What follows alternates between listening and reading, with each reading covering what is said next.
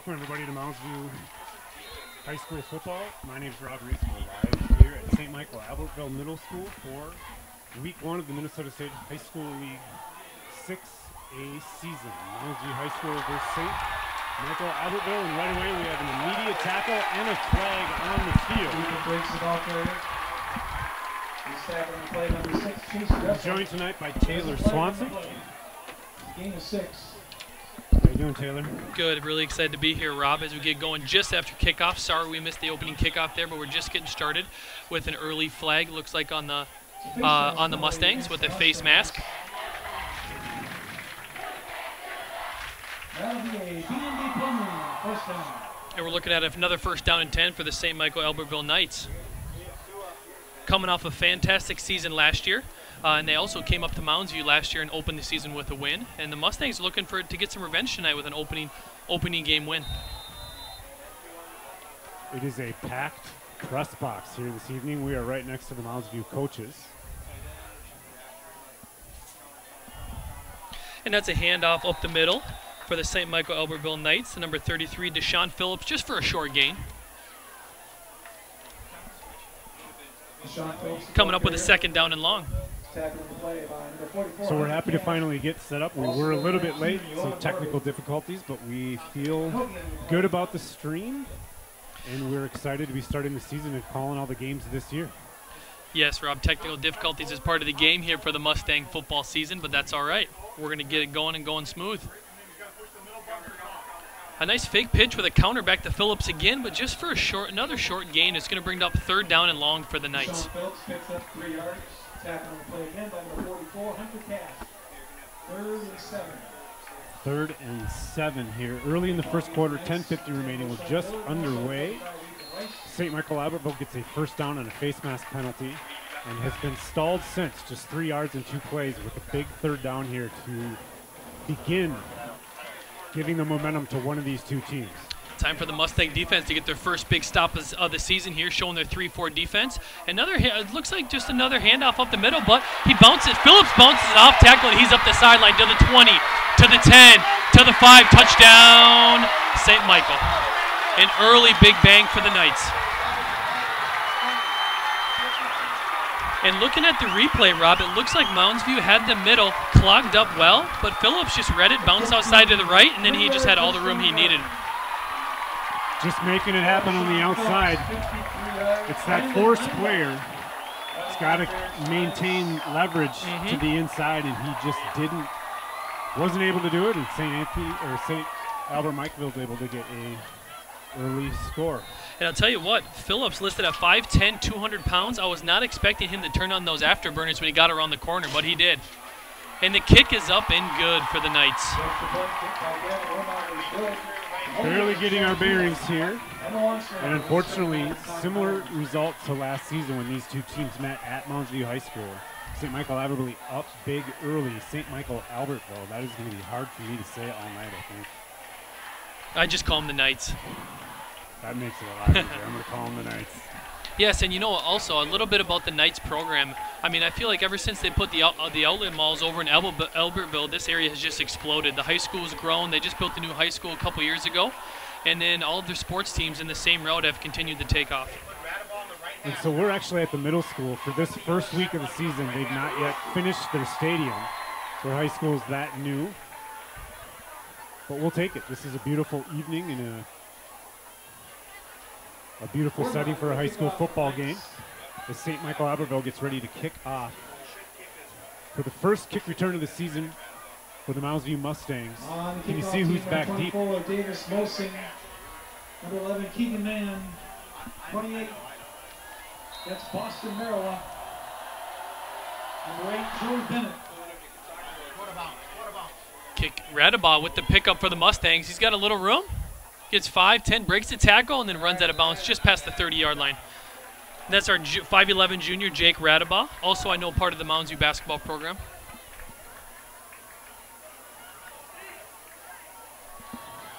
So a first look at the Moundsview Mustang offense coming out here.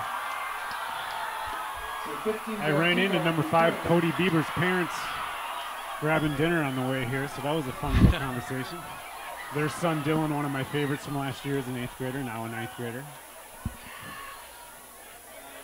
And I am excited to see the Mounds offense come and take the field with quite a few returners on the offensive side of the ball, including their quarterback, Cole Stentrums, who's going to be coming back now, a junior, who took over for the Mustangs last year after an early injury to their starter and put together a great season.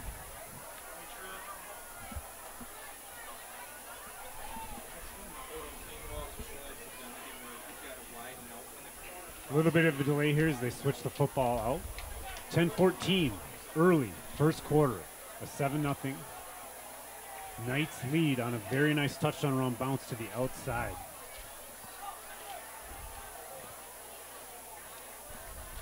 Just a momentary delay here as we're figuring out a few things with the football and the placement.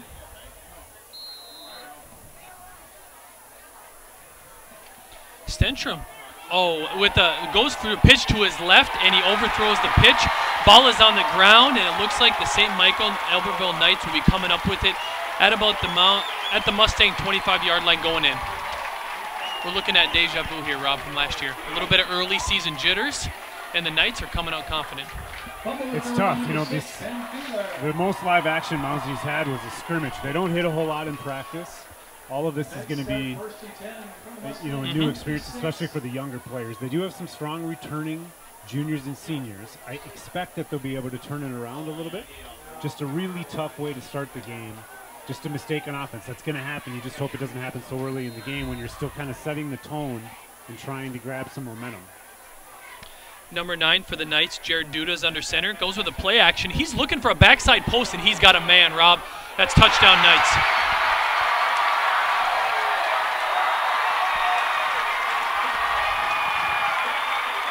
Looked like they just wanted to go for the jugular after the turnover, which is what a lot of teams do. It was a lofted throw, bit of a rainbow, but able to be caught right in the back of the end zone for the score, and St. Michael-Albertville takes a quick 13-0 lead. Yes, you know, after coming off their first possession with 4 or 5 straight runs, that play action came out with a perfect timing, and the backside post was there right on time. It is something you coach, that after a turnover, they usually try to go for a big play. Sudden change. The team's demoralized, yeah. So unfortunately, with this extra point here, up and good. We now see, very similar to last year, Mounds U down early and needing to persevere. Something I know this team can do. I had the good fortune of watching them scrimmage this past Saturday. Good. And these were really good teams that we invited to Mounds U High School for the scrimmage. Coon Rapids, Prior Lake, Rosemont. And Mounds U held their own. This is a solid team. I think the early score, the early deficit, definitely not representative of what this team can do or what they will be this year. But certainly some early adversity that we're going to want to see them bounce back from. And the junior Colt Stenstrom, you know, he's got the arm and the smarts to do it. Oh, yes.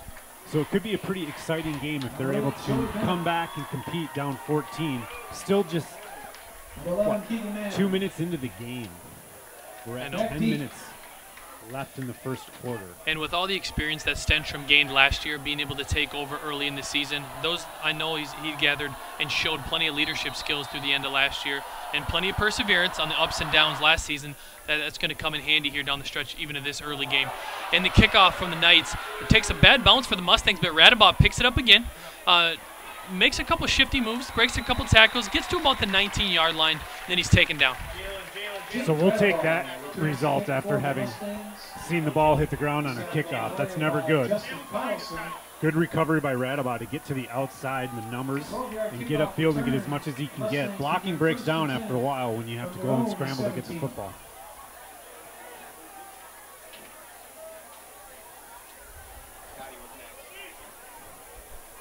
So we barely had a chance to catch our breath and talk a little bit about this team, but you know, they spent a ton of time in the weight room this offseason. They have a ton of speed, 20-plus guys with a 4.8 40 or faster. So this team's really got some talent. Oh, yes, the expectations are high.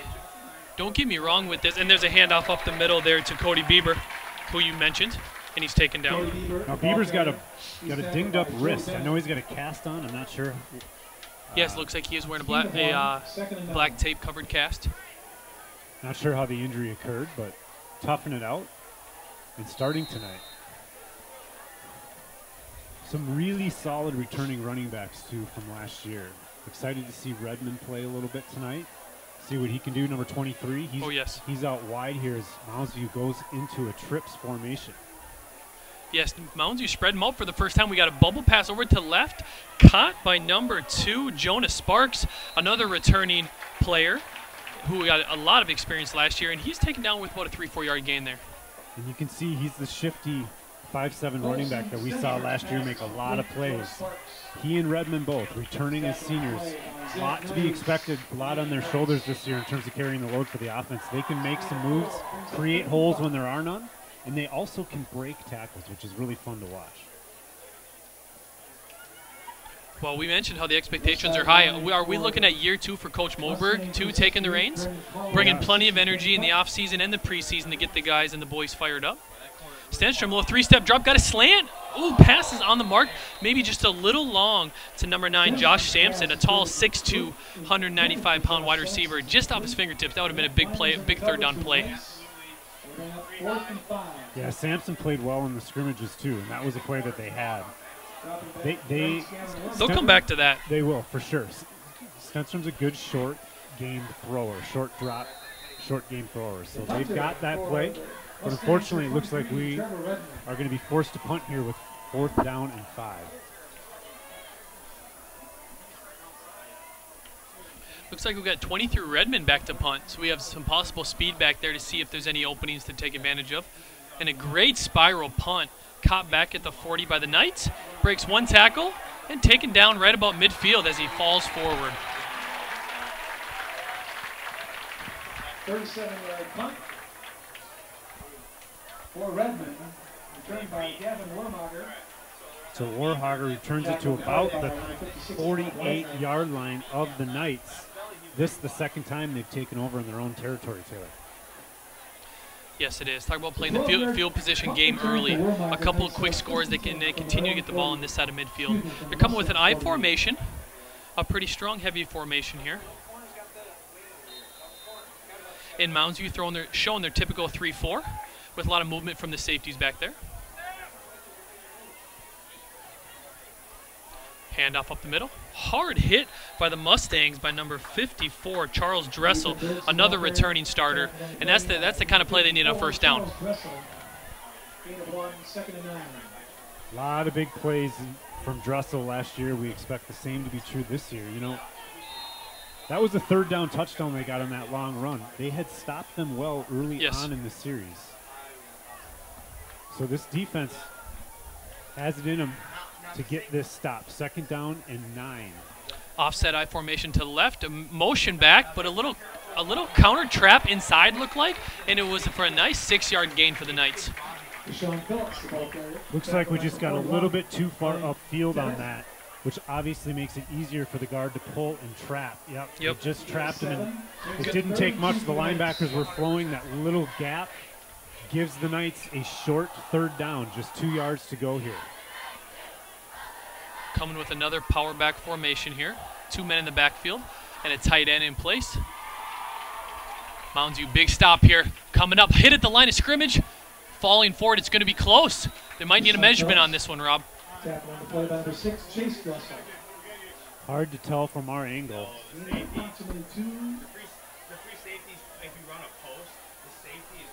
They've not yet moved the sticks, but it does look like they're going to measure. Good, they're going to measure him here. It could be a 4th and short.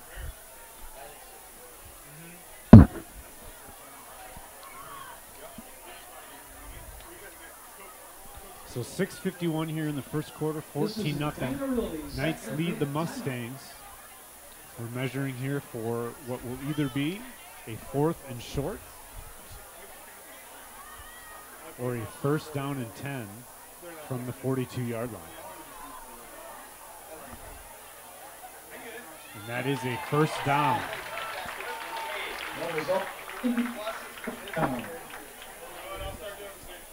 So that trap play inside,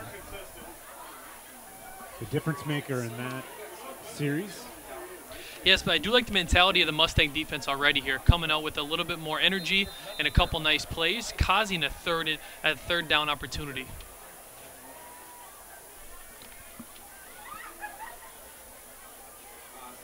Pitch right, Mustangs containing well, hit about the line of scrimmage, falls forward. The Knights are going to still get about a 4-yard gain on that. Ethan Riggs, the ball carrier. He's tackled by Ben Kettlehut. Also Chase Vessel. Ben Kettlehut, his brother is in one of the classes taught by Coach Calistro, one of the new coaches on staff.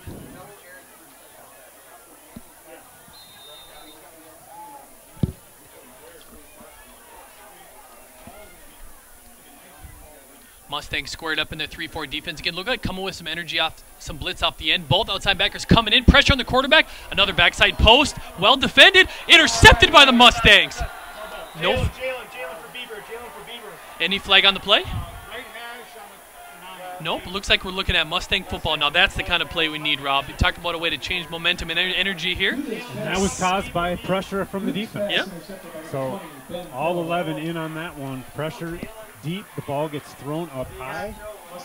You know, looking at the replay, both outside backers coming hard might have got a tip on the hand of the passer or the ball to cause it to float a little extra high. And then great play, looked like intercepted by number 20, Ben Kettlehunt.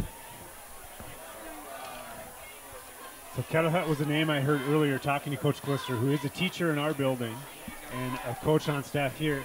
Shout out to his dad, Frank. Guaranteed Coach Calistro that he would be watching tonight on our stream, and I said, Vince, I am going to shout your dad out. Absolutely. The great Frank Calistro, that guy has great kids. I know both of them. They both played for me when I was a coach at Irondale, and they're wonderful human beings. Oh, absolutely. We're glad to have him join all of our viewers tonight. Redmond with his first handoff, a little sweep right with a nice gain. Going to set up a second and short for the first time here for the Mustangs. Good to see Redmond getting the action and the kind of speed he's got. Yeah, his first carry tonight. Our 5'9", 151-pound senior, but although his size may not be listed as the biggest on the score sheet, his speed makes a difference. His side-to-side lateral speed, play after play, makes a difference. And Joey Bennett.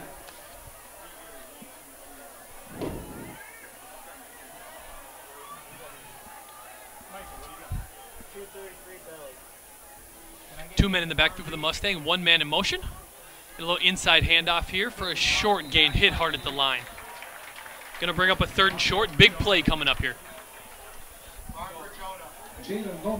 Third down, maybe 2-3 at the most. But deep in Knight territory. Mustangs just have not had the field position. But a key turnover, leading, we hope, to some momentum for this offense, who really just hasn't had very many plays. They fumbled on the very first offensive play of the season, and then they went 3 and out with a pretty good punt from Redmond earlier, but now 3rd and 3 from the 13-yard line. And once again, Stenstrom spreading them out in shotgun. Multiple wide receivers out wide. One running back in the backfield. Fakes the draw, rolling to his right. A lot of pressure. Leaves it floating. Great play by number 9, Josh Sampson. That's how you go up and get it. I'm telling you, that Sampson kid is very good. He showed in the scrimmage, and I knew he would be a player tonight. So that is a huge first down. Let's go Mustangs. What a play. He rose up to go get that one. 19-yard gain. First and 10 from their own 32.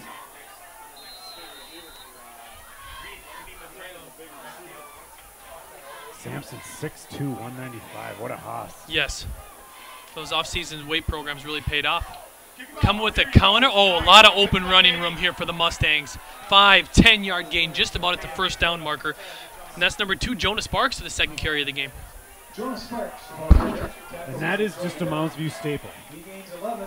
A counter play, they get the guard to kick out and the tackle to lead up. And another first down, consecutive first downs for the Mustangs, and they're starting to roll. Yes, you know, I'm starting to see a lot of success spreading out the offense here. A lot of success getting those open gaps for guys like Sparks and Redmond to hit. A lot of success. Stenstrom under center this time. 2 men in the backfield. A lot of motion for the Mustangs. Looks like they're going to do an unbalanced line. Oh, play action roll to his right. A lot of room. Got a man. Great catch. First down for the Mustangs. Dumped down to tight end, number 88, Joey O'Brien, the big 6'3", 215-pound junior. Yeah, O'Brien also had a really nice scrimmage, so he too is a player, and that, in fact, was the play that most commonly was getting them big chunks of yards last Saturday. It's a wheelhouse kind of throw for Stenstrom, rolling out to the side that he also throws most comfortably to for, again, 3 consecutive first downs. Handoff here, Sparks got room, breaks one, falls forward for another 4-yard gain. A lot of momentum here. I'd say keep it going, keep the tempo going. So now that's the same counter play where they lead with the tackle, and Sparks comes through the line with a lot of room. Oh yeah, a lot of great blocks. A lot of great blocks. Shout out to some linemen here. Number 71, Joey Lindahl, coming off, pulling and setting up a great block. Yeah, that's twice Lindahl's been out in front on that play, doing a really nice job. It's a tough run all the way from the opposite side tackle. Oh yes. Which is the same side Sparks is coming from. A lot of athletes on the offensive line, including number 68, Brendan Calls, one of the members of the basketball team. Oh, a lot of push on the play there. Look, Mounds, you're looking for a flag on the sideline. A lot of early contact there, but nothing comes out. So Redmond in motion there, out wider to the trip side. They flooded that zone out there with basically a high, medium, and low route concept. Well, surprisingly, no flag on there. But Mounds, you're going to move past and get ready for the next play. We got a 3rd and 6.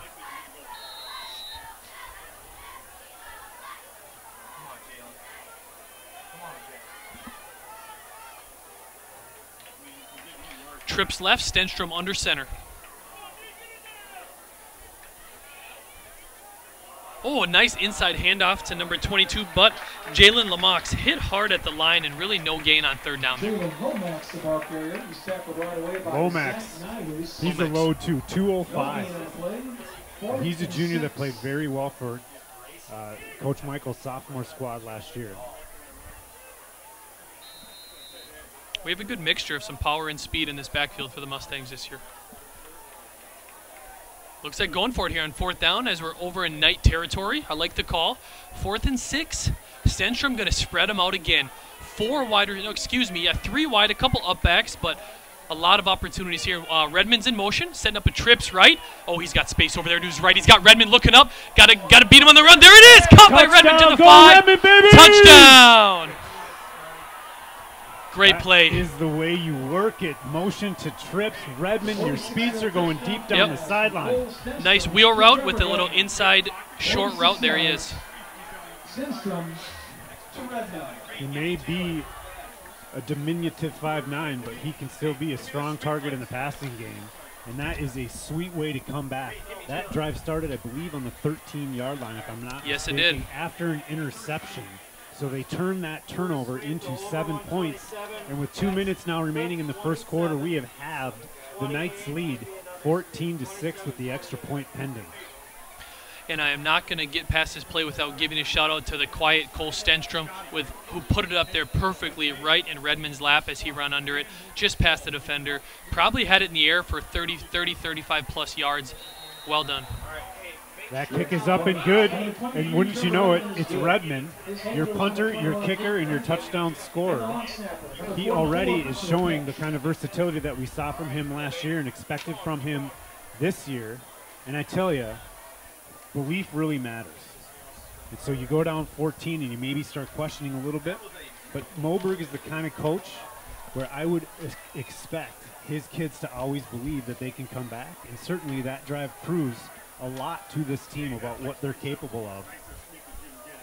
Couldn't agree more. The word perseverance comes to mind. We saw it all last season from the kids, from the student athletes, and we got a lot of game ahead of us, Rob. A lot of game ahead of us. It's really why this is such a great sport, because you're not going to spend 4 years in high school football and not experience adversity. You're frequently going to experience adversity and having to come back and pick yourself up. It's one of the best sports you can have in terms of learning from mistakes, because they are on film and the film doesn't lie. But it also doesn't lie when you're making plays like Stenstrom to Redmond just made.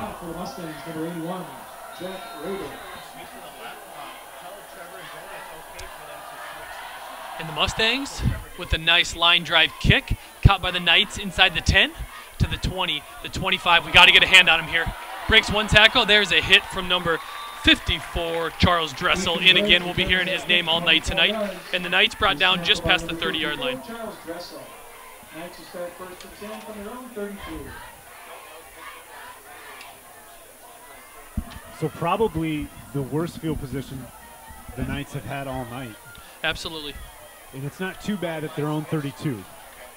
But still, this is something to work on for the Knights. They've now got an opportunity to stop them on St. Michael-Albertville's side of the football field and maybe turn over what has not been a field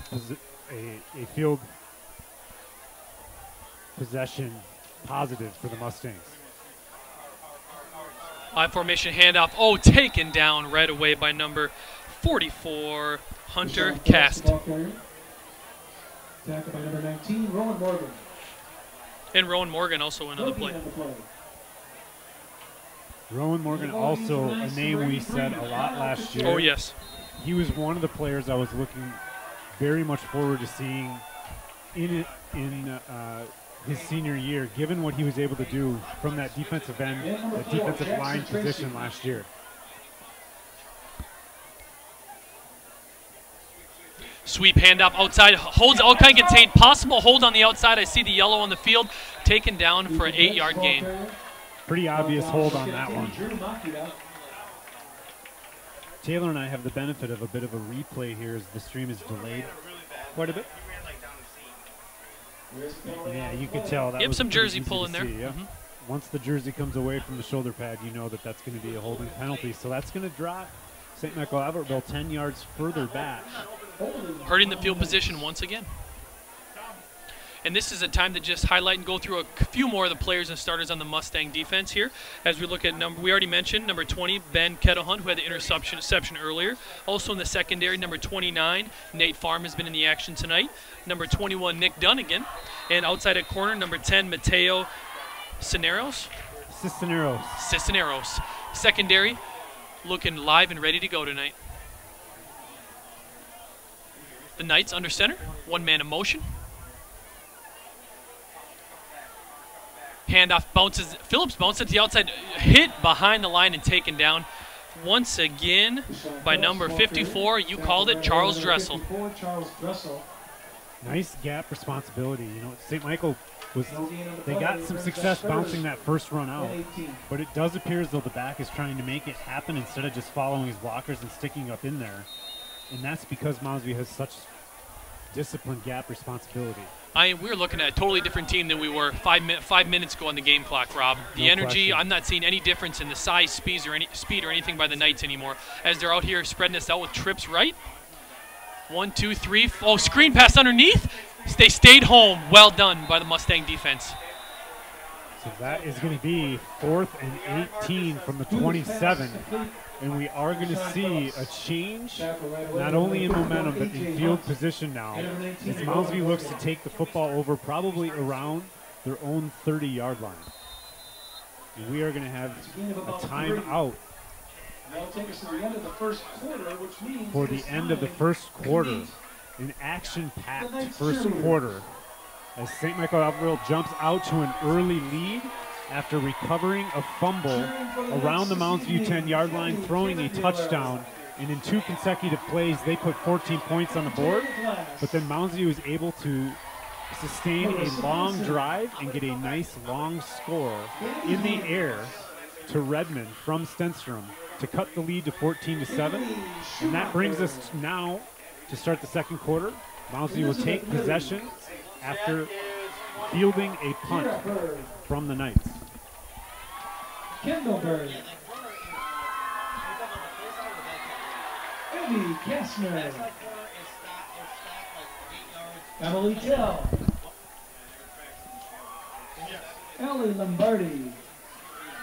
And just as anticipated, St. Michael is coming back in punt formation. Mustangs back ready to receive. Nice spiral punt. Looks like number 10, Mateo Cisneros, back to receive it. Falls forward, gets himself a nice 10-yard return. And the Mustangs are going to take it on their own 45. One of their best field positions of the night.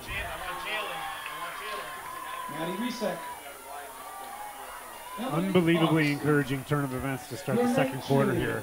Mounds View well positioned with a shorter field to go down and attempt to tie the game. The offense has to feel very good about that last drive and really able to forget some of the early struggles they had, which likely just due to nerves. Absolutely. Well, when they bounced out that 3rd and long for a touchdown on that first possession, I can tell that we were a little bit deflated for the next few plays, but now the energy is back and the Mustangs are ready. So lined up in the neutral zone, if I'm not mistaken, there on this flag. Yep, Mounds View cheers. Offsides on St. Michael-Albertville gives Mounds View a 1st and 5, and now they're going to be up on the 50-yard line. Right at midfield, here we go.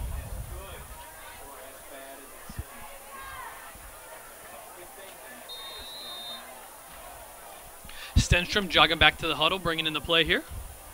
1st and 5, the 50-yard line. 11:49 left in the second quarter. What a luxury to have a junior starting at quarterback that has an entire season under his belt. Absolutely. A lot of movement again here as the Mustangs shift and shift again. Then motion in the backfield from Sparks. Another counter handoff, a lot of room. He's got to bounce outside. He gets about 2-3 yards, then he is hit by the Knights defense and taken down. But a lot of space there. A lot of space. So again, you're starting to see our offense take advantage of their aggressive D-line plays. They get upfield, much like they did to us earlier. Easier to trap when that defensive lineman shoots upfield. And so the space, the hole closed early, but we still were able to get 3 yards, giving us just 2nd and 2. Excuse me, gain of 2, 2nd and 2.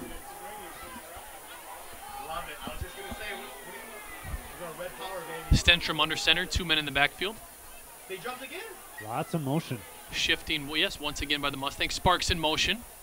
Fake the handoff. He's got a lot. He's got Redmond on the outside. Caught at the 40, 35, to the 30.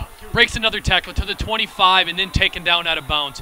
Great play with a lot of movement for the Mustangs. A lot of misdirection and open space. Yeah, they are confusing with the preset motion. Then the motion once he gets into the cadence with a lot of play action passing tonight. Just a phenomenal job by the Mounds View offense. New offensive coordinator for the Mustangs, Scotty Elkinen. Just a phenomenal human being and coach. Has done a great job with the sophomores, has done a great job with the girls track and field program, now running the Mustang offense. Same formation, Stenstrom under center. This time comes with an outside handoff. Oh, lot of room to the 10, to the 5. Touchdown. And that's number 29, Nate Farm, also playing in the secondary for the Mustangs. Let's go. Ladies and gentlemen, we have ourselves a ball game here with Mustangs 1 kick away from tying this thing up 14-14, and the momentum all on their side of the field. And I tell you what, you can tell the coaches up here knew something special was going to happen when 29 checked in. They are as excited as the players down on the field, as are we. It's just simply amazing turn of events here. Mounds View about ready to tie the football game after going down early.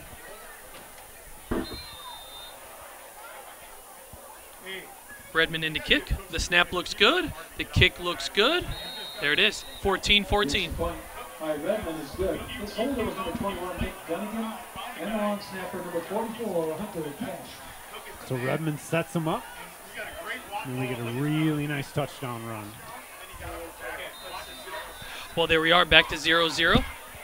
All the nerves have been passed. Everyone's settled in. We got a fresh start to the game here with 2.5 quarters to go.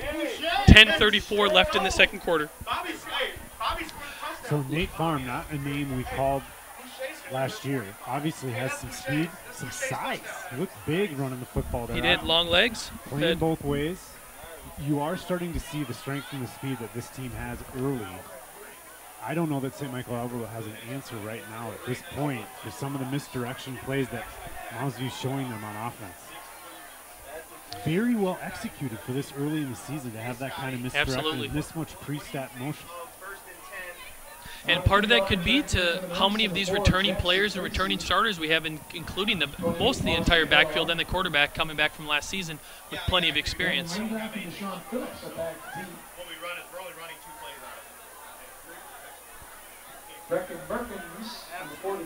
10:34 here to go in the second quarter. Mounds View's tied the football game. They answered St. Michael-Albertville unanswered 14 points with 14 of their own. Kickoff return team. And so we've got a brand new Kicking ball off for the game. Mustangs.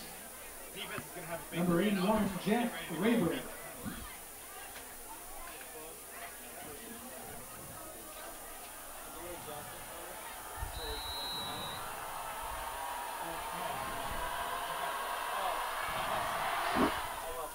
Great kick by the Mustangs. Downfielded by the Knights inside the 10-yard line to the 15-20. Hit once and then taken down right away. Great coverage by the Mustangs. And the Knights, once again, with one of their worst field positions of the day, just past the 20-yard line as the field position continues to shift. Just total turnaround on all facets of the game right now. The 15-yard kickoff return. Make a 16-yard kickoff return. Knights start first to 10 from their own 22. Another defensive back checking in for this actually the second time tonight, number 7, Mateo Rosendahl, a 6-foot senior out on the edge. And yes, we have number 6 and 54, the 2 outside linebackers, Charles Dressel and Jake Dressel, continue to be aggressive. Deep pass by the Knights, caught just past midfield, hit once, and then taken down by Rosendahl, who just checked in. But another play-action post. Another play-action post. So both teams utilizing play-action passing very well. Nice post, not bad coverage whatsoever, but able to get over the top all the way to the 40-yard line with a big first down. Momentum-changing play for the Knights. You know, that is a big body number, the wide receiver for the Knights, number 10, Rashawn Dillard, a 6'3", 185-pound senior. We may see his number called again tonight. Now the Knights in I formation, bringing it in tight. Play action again, looking for the dump down to the tight end, and it's there. Breaking one tackle, falling forward for about a 15-yard gain. So a really nice response here from St. Michael-Albertville, seeing something too, being able to get some kids open downfield and even in the flats. And it looks like we've got a player down here for St. Michael-Albertville. That being number 45, Ethan Rice, a 6', 215-pound senior. He's walking off the field under his own power, and we'll get play underway. Be remiss if I didn't give a big shout out to 2 huge Mustang fans, Grace and May Reitz. Oh, yes. They are watching at home with Mom tonight. She just texted me and quoted something I said. Good. I'm feeling good about our stream tonight and everything. I am too. We had enough problems last year that the fear of not getting this stream live is real. But we got her done with a bit of a scramble getting set. Really excited to be able to bring Moundsview football this season. It's a joy for us to be able to do it. These are kids that came through Chippewa, which is where both Taylor and I now work, and we are very excited about this season. Knights in I formation. This time they do hand it off and hit hard in the backfield by the Mustangs. They are all over the run game here in the second quarter. And I bet we're going to see the Knights go back to the air or the play action again soon. At least how aggressive the Mustangs are in this run game. Dressel having a nice evening. We've called his name quite a bit already.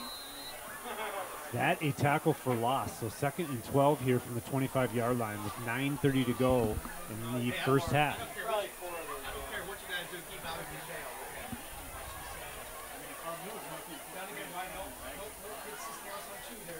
I formation for St. Michael.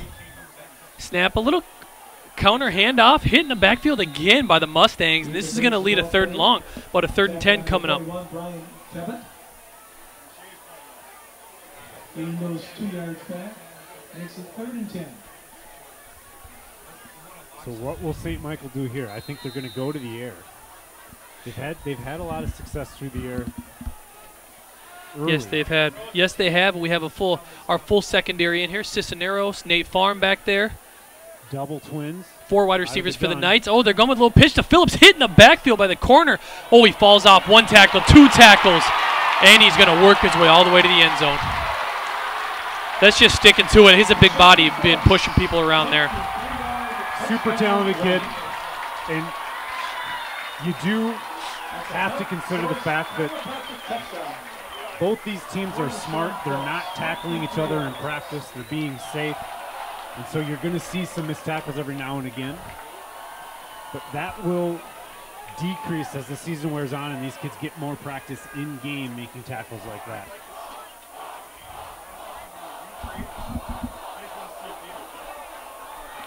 Number 2 back to kick for the Knights. Snap looks good. Kick is up. Off the field goal post. It's no good, Rob. That's going to leave us at 14-20, leaving the door open for the Mustangs to come down to close out this second half. We have 8.5 minutes to go. Also would like to acknowledge Dunn Brothers in St. Michael. Dunn Brothers is giving STMA football a great deal to feed players before all of our road games this season. Thank you, Dunn Brothers, for your sponsorship for STMA football. Coming up here at halftime, we're going to go in the red zone with Coach Redmond, a defensive coach that's been with the Mustangs for many years now. Prior to that, he was the Irondale Knights coach. I had the joy of coaching with Coach Redmond. He's a social studies teacher in the building, and we'll talk to him a little bit about what their defensive game plan was coming in and how he feels they've executed here in the first half. Stop by Damer's Meats. They're staying just north of the grandstand. Have yourself a hamburger or a hot dog. Just north of the grandstand on the inside of the field.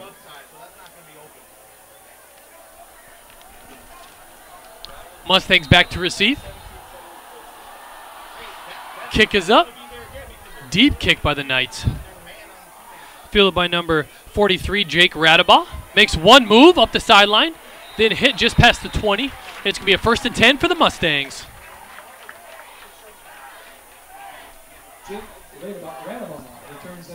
Really quite a nice series on offense for the Knights there. Well, there's the answer they needed. The answer they needed after going on a 14-0 drought there. Lots of big plays in this game. Big plays have made a significant difference early, but able to convert on some third downs too. That's big. That's the sign of two pretty good teams when you're able to move the football with both big plays and able to convert on big third downs. Stenstrom under center. One man in the backfield. 3-step drop. He wants a slant, and he's got, a little hitch route on the outside to Sampson. Wow, he really turned upfield quick, and he got himself about a 20-yard gain on that. Not bad when you can get a 20-yard gain on a hitch route. Very well executed there. Now it's keep the momentum going, keep the tempo up. Sampson looks really good. He's fun to watch, big kid.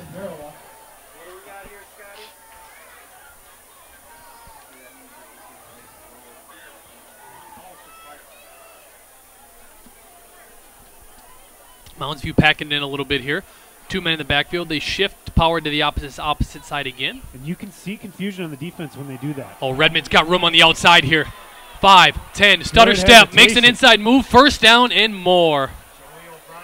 Yeah, just great hesitation. He's got such good vision. He really set up his blocks well there just to get even just a few more yards. But you can just see Mounds View collapse the entire right side of the line there. Redmond gets all the way upfield for a 1st down from the 44-yard line. A lot of speed there, showing some stutter step dance moves at the end as I look at the replay, and then moves forward for another couple more yards.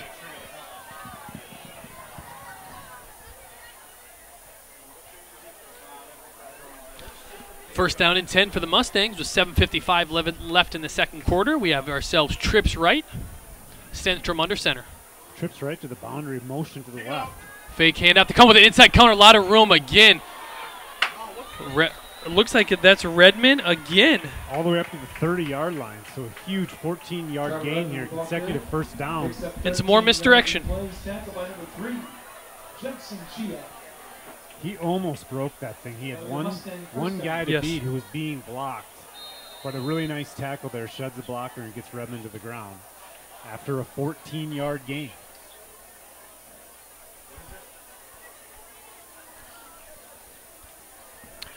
And a little shout out to the big men up front making this happen. We got number 73, Andrew Boucher, number 66, Gady Schurtz, number 68, Brendan Calls, working on the right side here. Along with number 73, oh, excuse me, I already said Andrew Boucher. Roll out for Stenstrom. Out route, I can't tell if the pass was completed. Pass falls incomplete on the outside. Stenstrom, though, a lot of room and time on the outside, rolling to his left that time. But pass just falls incomplete. Much harder pass to complete when you're rolling to your left, but that was to the field side, so lots of room for him to set up and be able to throw. And these Mounds receivers, they've done a really great job creating separation, getting themselves open, finding the grass. And so despite the incompletion, have to call this early passing game a huge success here. 7:20 left in the first half. Absolutely.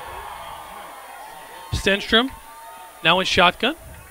Nate Farm in motion. And they look like they're setting themselves up to go to Farm over the top. Oh, pass into a lot of traffic there, and pass is intercepted by the Knights. And we're going to see here on the replay, it looked like Stenstrom wasn't able to set his feet. He was drifting to the left as he released the football.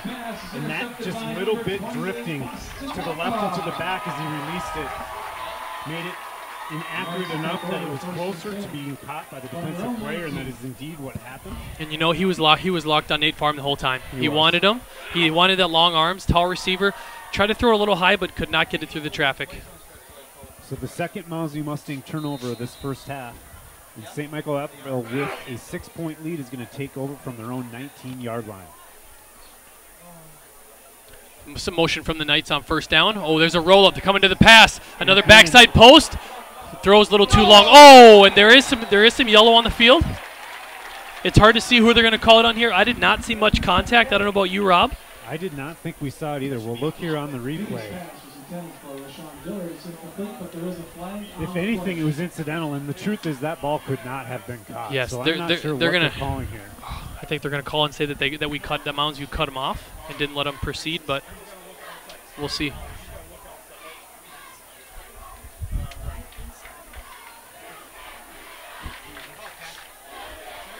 But second time they've gotten a turnover and gone for a big play. Clearly the hallmark of whoever is their offensive coordinator. But that one not real close to being caught. And yet they're going to get a first down, which is going to move them to the 29-yard line, where it'll be first and 10. So a sensitive call there on the pass interference on the Mustangs. Going to set up a first and 10 for the Knights. Check that 15-yard penalty. Oh, 15-yard penalty. 34-yard line for St. Michael. Inside handoff there. A lot of room on the outside for the Knights. Shifty running back here. Got 5, 10, 15, 20, almost 25 yards on the run. And the Knights are across midfield and in the Mustang territory here.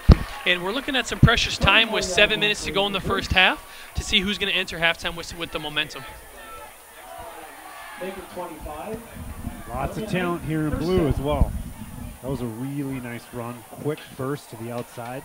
And he was 25 yards into that run before he even blinked. I formation for the Knights. Mounds View showing their 3-4 defense, coming off the edge. Going up the middle. A hurdle, hit hard, but falling forward. He's going to get about 8 yards on that, and I believe that's Big Phillips again. He's getting a lot of carries tonight. He's a big kid. That was just a power run. They kick out the end with the fullback. He goes to the right, and he's up 7 yards for a short second down and 3.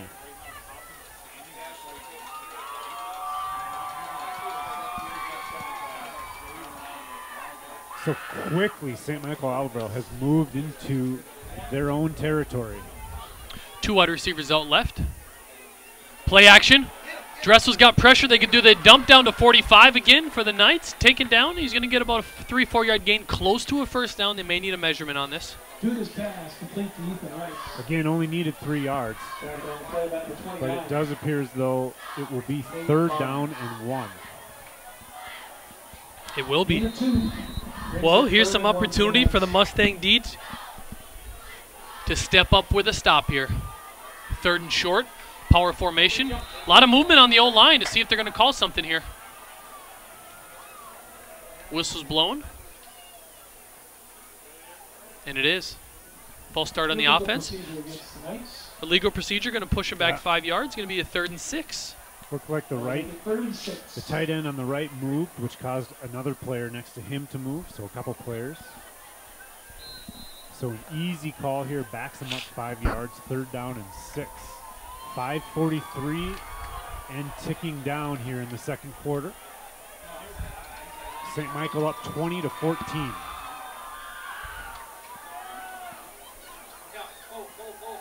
Another inside handoff. Hit at the line. Falls forward, about a 4-yard gain. It is going to be 4th down. The Knights are going to have to make a decision here. Probably within go-for-it territory, depending on what their kicker's like. And we got about 5 minutes left in the half here. You know, they did miss that extra point, so maybe not the most confidence right now in their kicker.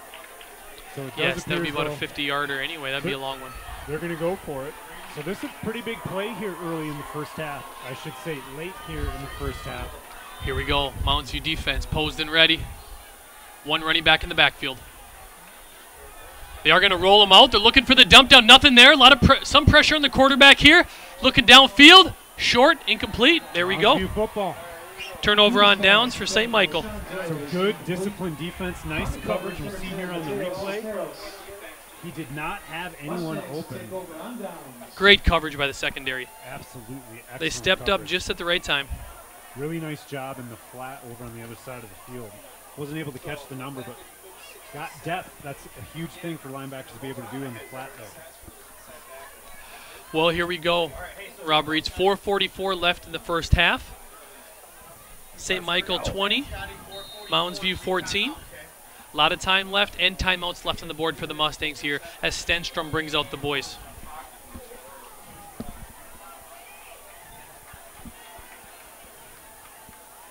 Here we come with an outside handoff. Sparks has got room.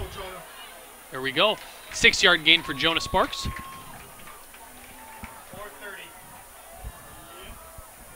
Jonah Sparks, the ball carrier, he gains 5. Lots of time. Clock stops, of course, in high school with every first down. Don't believe Mounds View's had any timeouts tonight. Probably very likely that St. Michael will get another possession here before the end of the first half, even if Mounds View is able to drive the field and score. A lot of shifting movement as Mounds View switches strengths to their offense. Roll out. We got some play action. Stenstrom's got a man downfield. A lot of contact. Oh, there's the flag. There it is. There's the flag as they just called against Mounds View the possession before. So it's going to be a 15-yard penalty to give Mounds View a first down. That will likely move them into their own territory.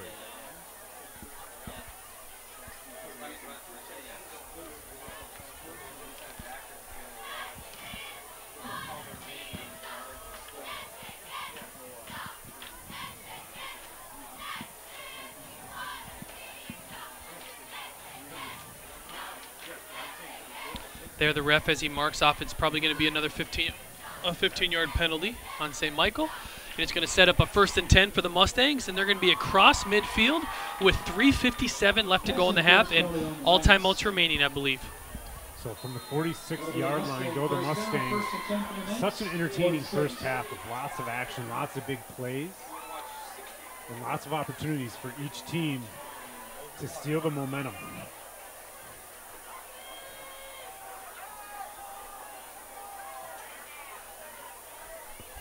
Stenstrom under center. Redmond in motion. Inside handoff. Lamox gets the carry. I would say about a 2-yard gain as he falls forward. Hit right at the line, though. Jalen Novak's the ball carrier. 3:45 and counting in the first half. TJ Bueller. Gain of 2, second and 8. Mounds View managing the time very well with all timeouts and 3:30 and counting here. Stenstrom comes out with the play from the sideline.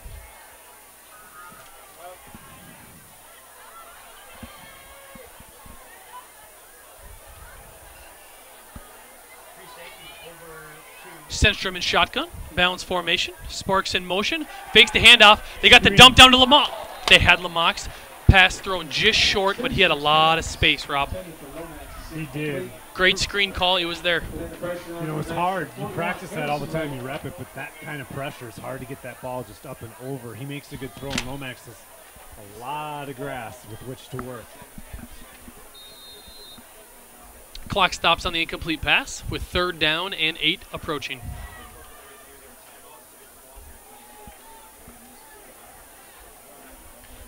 Trips right here as we have Redmond in the slot with Sparks. There's the dump screen, down. other side, Redmond, this one to couple Redmond. blocks ahead. He's got to break one to get it. Falls forward for about a 2-yard gain. All right, tough call here. We got 3 minutes exactly. Going to be about a fourth and 7. Just past midfield. Tough, dangerous territory here. If you push them back, you're going to give the Knights, make them go 80, 90 yards in 2 minutes. Or you go for it, hoping to get on the board here with now just 2:40 and counting. This is a tough call for Coach Moberg. Plenty of timeouts if he does want to think about it. And it's hard to say because, well, actually, I think they are going to go for it here. They are. They're going to go for it at 2:20 and counting. They're bringing it in tight. I'd like to hitch up top to Sampson. Oh, they're gonna think about it. Try to draw them off sides and think about it. You know, the only other opportunity you could look for here, if Sampson has one-on-one up top and they think they're going to go with a hitch or a slant, you know, maybe you take a shot over the top. Once again, we'd like to give a big thank you to St. Michael-Albertville. Certainly showed enough accuracy to do so. It does appear Stenstrom would be throwing into the wind. I don't know how big of a factor it is. Yes. We can see the flag blowing a little bit there. But they clearly were able to see what kind of defensive formation they were going to get. They rushed to the line of scrimmage just to get a glimpse. Call the timeout, and we'll see. It does appear as though they're now going to punt with Redmond back deep. Yes, they are. They got Knights with 12 men in the field, depending on if they snap it here. They got 12. They just ran them off just in time. They switched their return man. Now here the Mustangs back to punt with 2:20 left on the clock. Snap looks good. Shank the punt a little bit. You did. It went right out. We're looking at maybe a 10-yard punt, but that's all right. It's still back in their own territory. Looks like it's going to be around the 32 or 33-yard line. So again, it was 10-yard punt from our own 42. So with 2:13 now remaining, the Knights are going to take over the football up 6, 20-14. With the passing game coming in mind here, we have number 9 for St. Michael, Jared Duda at the quarterback. And the one number I want to say to be aware of is number 10, Rashawn Dillard, who's ran a couple of the backside posts tonight. He's up top, spread out wide with some height and speed. And he's also alongside Brandon Langdock, who's in the slot. Mounds, you bringing Dressel off the edge. It's a sweep right. Oh, yeah, reverse. It's a reverse. You got to get up Mounds. He's got to hit contain here. Breaks one tackle, and then goes out of bounds. Wow, well, that was probably the world's worst camera work, so sorry about that. Didn't see the reverse at all. I definitely bought that. That's all right. At the very end, you were able to see as Nick Dunnigan, number 21 for the Mustangs, just holds contain at the last moment as he comes around and helps to slow the runner. And St. Michael does have one man down here, hoping he's able to get himself off the field safely.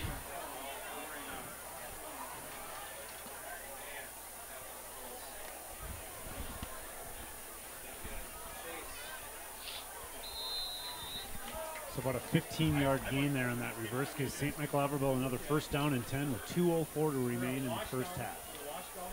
No safety deep here for the Mustangs, but bring him up. There we go. Hit right at the line on an inside handoff. Taken down for no gain.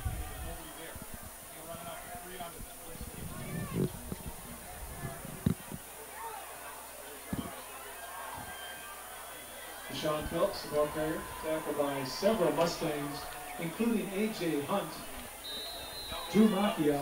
A little bit more of a rush to break that hole. 138 and counting here in the first half. Now here's shotgun for St. Michael. 4 wide receivers split equal, 2 on each side. 3-step drop. Looking to dumps underneath. And he's got some speed. He's 5-10 yards downfield. It's going to be a first down for the Knights. And he gets out of bounds at the 40-yard line in Mounds View territory. We have 1:24 left on the clock here to keep you updated, and it's going to be first down and 10. Just a shallow concept there where they go about 10 yards deep with a dig and bring a drag route across the field. Once you catch that drag route, if you get to the numbers and get upfield, everyone has moved downfield with the deeper routes. And an easy first down here all the way to the 40-yard line for the Knights. One man in motion for the Knights. There's the play action rollout that we were looking for. He's got one man deep. He's going to give it a shot.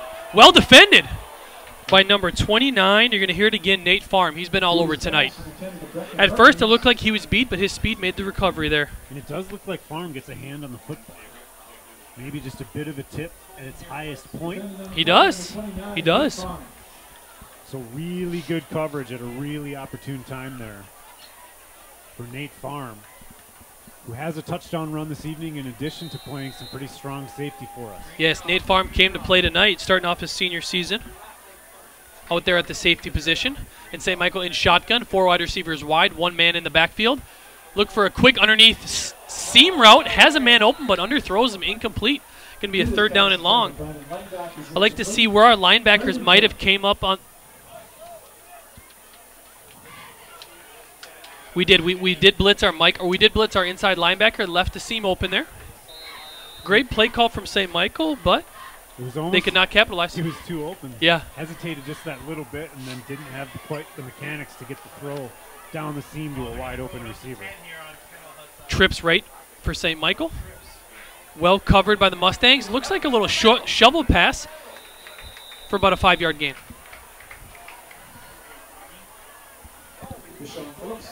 So the clock ticking here. Now we're under a minute. It looks like we've got 4th and about 6 yards. So interesting to see what St. Michael does here. They're going to run a little bit of clock. It does appear as though they call a timeout, 4th and 4 with 47 seconds to go here in the first half. And of course, St. Michael up 20-14 after. Bit of a game recap here for you. St. Michael-Albertville comes out, scores 14 unanswered. Moundsview responds with a touchdown late in the first quarter and then another touchdown early in the second. And then St. Michael, they respond, get a really nice touchdown drive to go up 6, and they threaten here again, but it's 4th and 4 from their 34-yard line with 47 seconds remaining. You know, that was by far their biggest possession of the game. Is after Mounds, you scored their 2 touchdowns. St. Michael did come back and had a great possession as they drove down the field and really punched it. Phillips punched it in on a nice run. And ever since, it's been back and forth. So both teams have really settled down and settled in. Coaches have been able to make some adjustments. You can tell they've been able to make some adjustments, including St. Anthony on defense. Some of the misdirection that was successful early has been less so. Probably linebackers making their reads and linemen staying true to their gaps, not getting upfield, has allowed them to make some stops on the Moundsview offense. But I will say a couple of turnovers by the Moundsview Mustangs has led to the score that we currently Here's the have. 4th and 5. A lot of pressure. Well defended by the Mustangs. Has almost jumped, but they're by number 10, Mateo Cisneros. No flag either. So 43 seconds to go. Moundsview's going to take over the football. 1st and 10 from their 34-yard line. How deep can they get into their own territory to possibly get a field goal out of this? Or even with 43 seconds and a quick hit offense, might they be able to get into the end zone? And Redmond's got himself a little leg. He can kick with a little bit of distance. What's up? Mr. Ostertag up in the press box coaching with us. Lots of Chippewa Charger teachers. Oh, yes, a lot of Chippewa pride here. Staff. So we're 43 seconds from in the red zone as Coach Redmond sneaks by trying to possibly get out of the limelight. We're going to have to put the camera on him even to put the heat on. Hear what Coach Redmond has to say about the first half.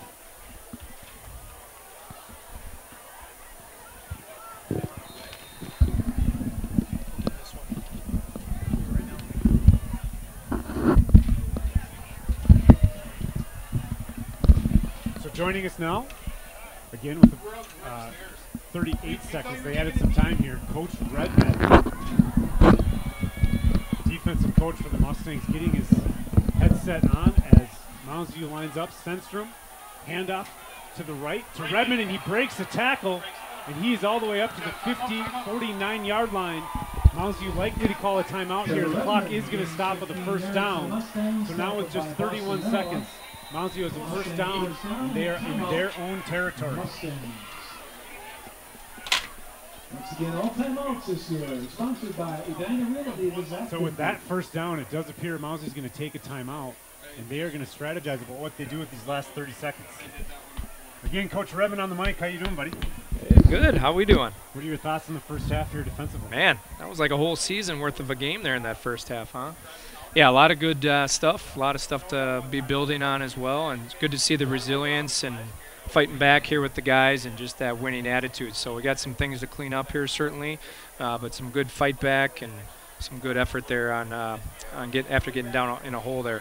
How'd the kids feel in pregame warm-ups? Is there just a lot of nervousness week one on a Friday night? Some kids haven't played before, even some that have. This is big time, man. You're under the lights. Let's go. Yeah, yeah, exactly. We were talking about it quite a bit actually on the ride over. We got a lot of new guys here under the lights, so it was a little tight out there. But again, you get those first couple plays, and fortunately dug it a little hole there to start off with. But the guys kind of warming up a little bit and getting after it here now. Farm looks like a pretty good player as safety. Man, he's done a nice touchdown run there, huh? All right, so here we go. First and 10, 31 seconds here to go. Stenstrom lines up in shotgun. Obvious passing situation, trips to the right. And Stenstrom over the middle of the field, and that is going to be another interception. My apologies on the camera. Work hard to do all of it. So unfortunately now 20 seconds left, and Mounds' third turnover of the first half is going to result in a St. Michael-Albertville first down. So that was in the red zone with Coach Revin. Super fun to be able to talk to him. Coach Revin and I again go way back to Irondale. So we'll see here how this first half wraps up. St. Michael takes over with first down from the 45-yard line. Yeah. So it's a little ways out there. It takes me sometimes a good 15, pump fake 20. and deep down the sideline. Some unintended contact there, actually initiated by the receiver, number 10 for St. Michael-Albertville.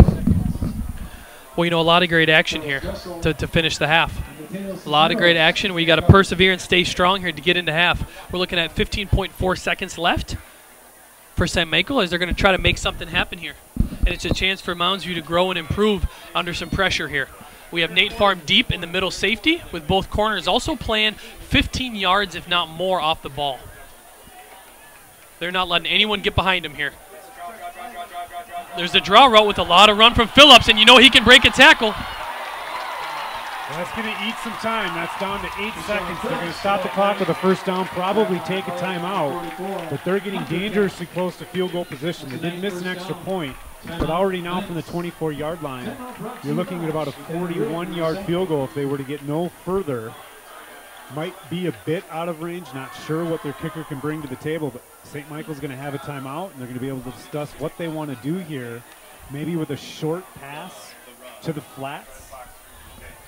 They do have one timeout remaining. They would be able to get their field goal unit on the field, so it is likely that they are going to try to go end zone and or a short pass to set up for a field goal here. Yes, I couldn't agree more. And wow, what a call there. Phillips is a weapon in space because he's hard to take down. If they miss one or two more tackles there, he's going to take it to the house. The only other thing I want the Mounds defense to look out for here is they've looked for the seam twice, and the seam has been there. And there's a possibility that St. Michael might look for that again. But I'm sure they're going to have at least 3 deep, if not 4. Hopefully Nate Farm's there to help cover the seam. Coach Revin's got to go back to work. In shotgun. Oh, he throws it up outside. Intercepted. Go, get a block. Get a block. Oh, it is intercepted, but they call him out of bounds on the catch. Out of bounds on the catch. So it is going to be Mounds View football on their own 10-yard line with 3 seconds to go. 3 seconds to go. So that was a hard one to see on the sideline. He really got a lot of pressure, just threw it up. And it was picked, but he just stepped out of bounds. Would have had it up to about the 30-yard line. So it's all for naught. It's going to end here this first half. There's 3.5 seconds left. We'll just have a quick snap. And Mounds is going to go into the half down 6. after what was a very entertaining back and forth first half. Both teams showing some serious talent, some speed. It would appear as though both have had a pretty successful offseason as they are prepared to battle here. This a much different game than we saw 1 year ago when St. Michael came up to Mounds View High School. Oh, yes. This is much different atmosphere. This is some fun football here. And here's the last play of the half with 3 seconds to go as they're in what you would call the victory for turtle formation. And there it is. It is halftime. St. Michael 20, Mounds View 14. What a great first half. Thanks, Derek Brandt, for sponsoring this. Taylor and I will take a break. The stream will remain live. You'll see the clock ticking down on the scoreboard. And we will come back to recap a bit of the first half, talk a little bit about what we saw and what we would expect to take place to start the second half. Thank you for joining us tonight. Again, my name is Rob Reitz. I'm with Taylor Swanson. A lot of great football left. Stay viewing. See you in about 15 minutes.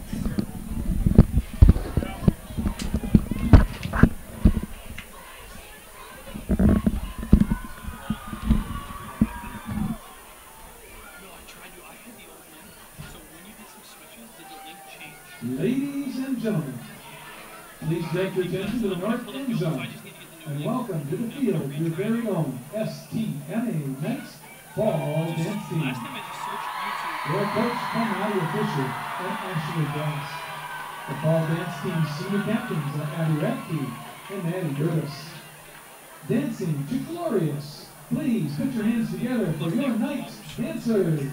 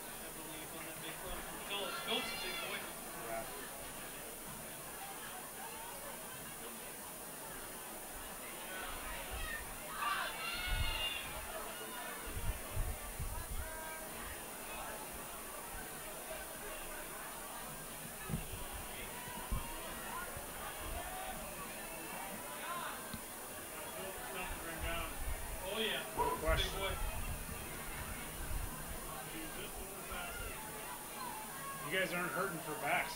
Your recent history, you've had some pretty good players. We got a soft ones coming up too. There's David Collins. Yeah, a couple of those unbelievable players got soft ones. Who won that game? We did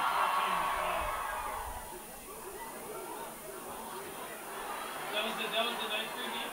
That was 10th grade.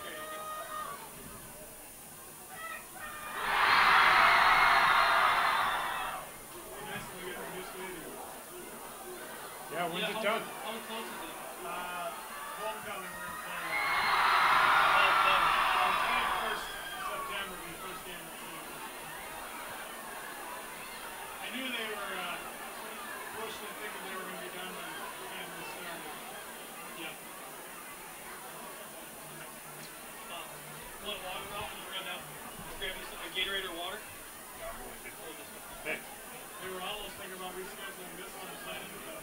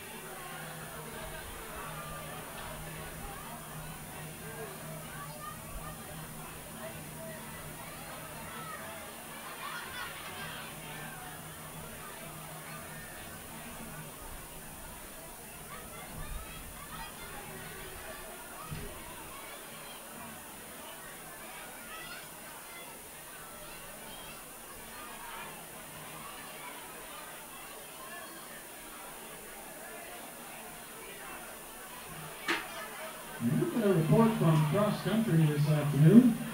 Tonight's cross country teams competed in the St. Olaf Showcase. Actually, it was this morning. There were 38 boys teams, and our boys team finished 12 out of 38. Boys are led today by Carter Knaus and Jonah Brewer. Carter was 7th out of 802 runners. 7th place out of 802. That's pretty impressive. And Jonah Brewer finished 35th.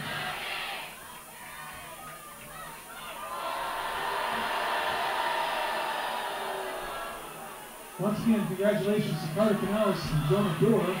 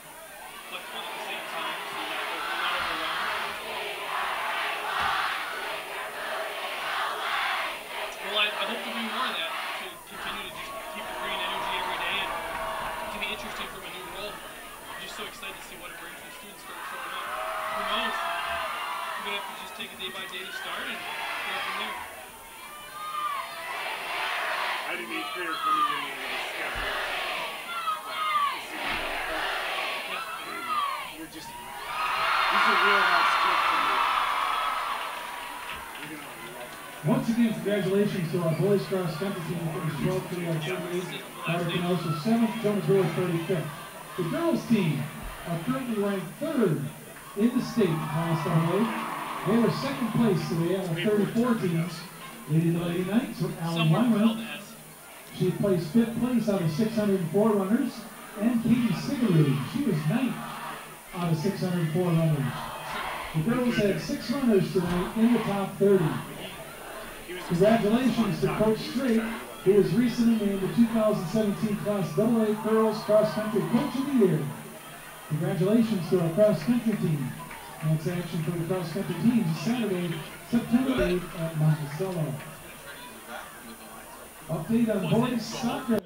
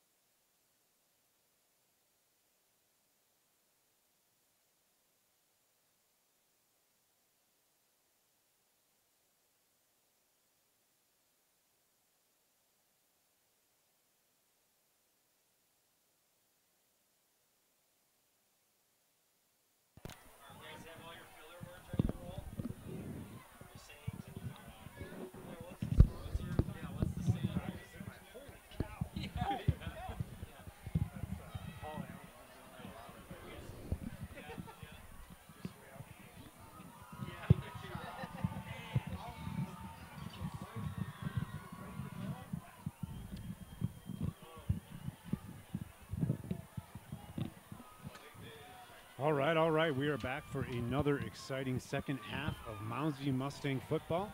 I'm Rob Reitz, principal at Chippewa Middle School, joined here tonight Taylor Swanson, the dean in our building. We are excited to bring our viewers Moundsview football for the duration of this 2018 season. Tonight, Moundsview came out, made a few early mistakes, went down 14-0 to start the football game, but came back roaring back, scoring 2 touchdowns to tie the game at 14-14. But then unfortunately, St. Anthony was able to put together a nice long drive. They've got some obvious talent on their squad. They went up 20-14. They threatened to score late again, but Moundsview was able to stop them on 4th down. And after 3 turnovers in the first half by Moundsview to get off the field only down 6, especially after being down early 14, quite an accomplishment for what is a young team. And so the coaches were excited, the kids are excited, and we think we're going to see a pretty good second half. Well, I am super excited. The more we're figuring out what Coach Moberg football is, and that is to continue to fight, continue to play, continue to persevere all the way to the end. And I can tell as we look at the coaches here up in the booth how much energy we have up here as they're getting ready to start the second half. They're excited about what they saw to finish the half and getting ready to get started. And speaking of getting started, there's Radabaugh who picks up the kick, bobbles it a little bit, and hit hard at the 10. There's a lot of energy on the sideline on both sides to start the second half. It's going to be 1st and 10 for the Mustangs. And we have spoke so much about the running backs in this first half and all the returners that the Mustangs have, but the job that the offensive line has done has been, in my opinion, very, very strong. And same with Stenstrom with his early mistake on the pitch, first play of the game. As soon as he put that behind him, he put together a quality rest of the first half as well. And here come the Mustangs from the sideline.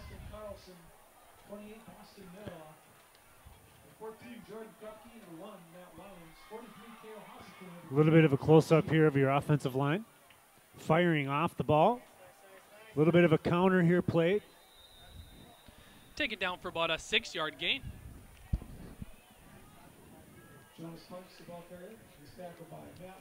That's going to lead for a 2nd down and 4 for the Mustangs. Great first down play. Continuing to use some different movement in the backfield, misdirections, and it's continued to be successful. It's great to see these running backs get in open space. That time a really nice pull from Adam Wagner, senior 5'10 offensive lineman, leading upfield for Sparks, getting him that 7 yards to set up Moundsview here with a short 2nd and 3 from their own 21-yard line.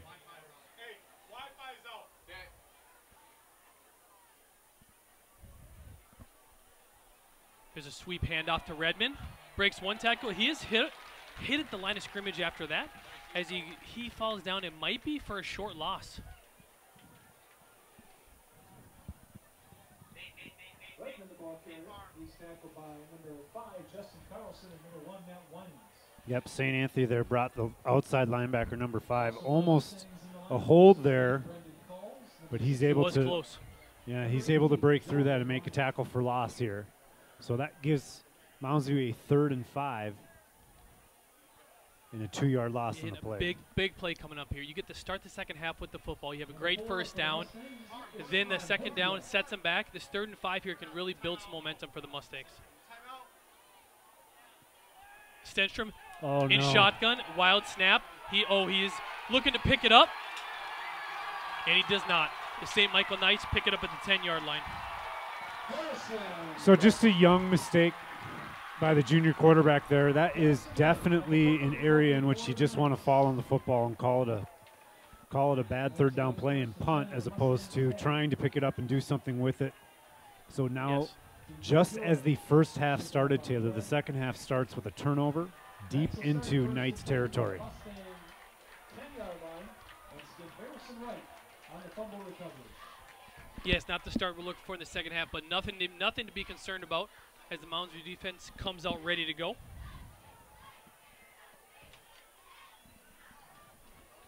It is going to be 1st down and 10 for the St. Michael Knights, down at the Moundsview 10-yard line, looking to punch it in. Moundsview defense is really going to have to step it up front here.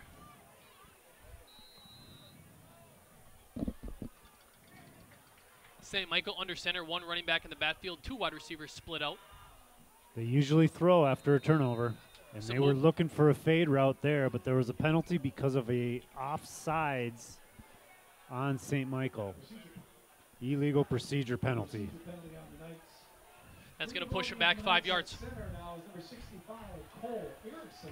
So somewhat predictable. I mean, they definitely like to go to the air after turnover and get a big play when they sense that Mounds View's head might be down a little bit.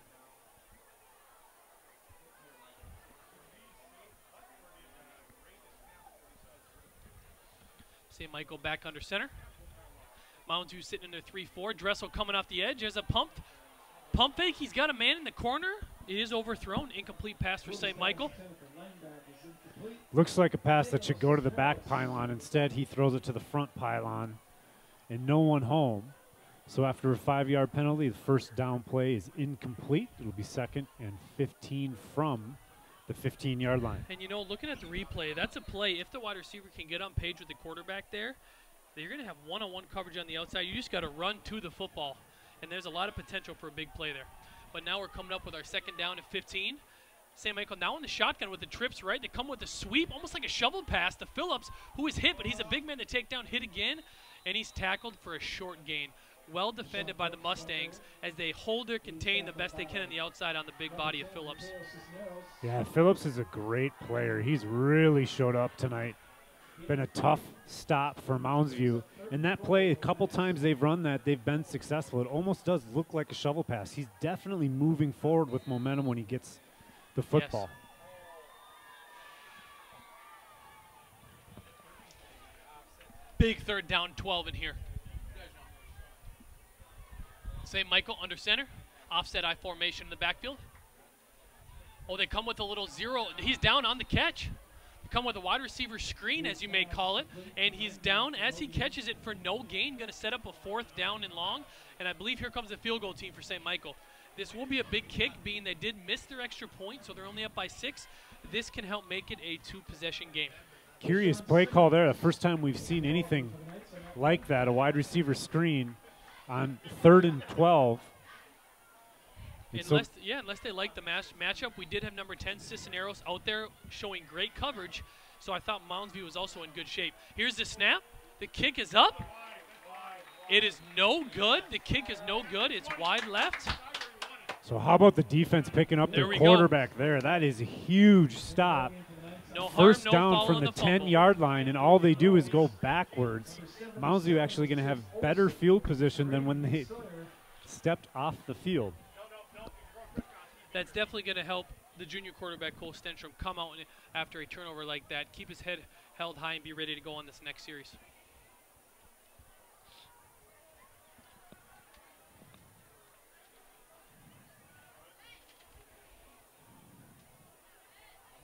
Short delay in the action here as we reset the football. Mounds View brings out their offense.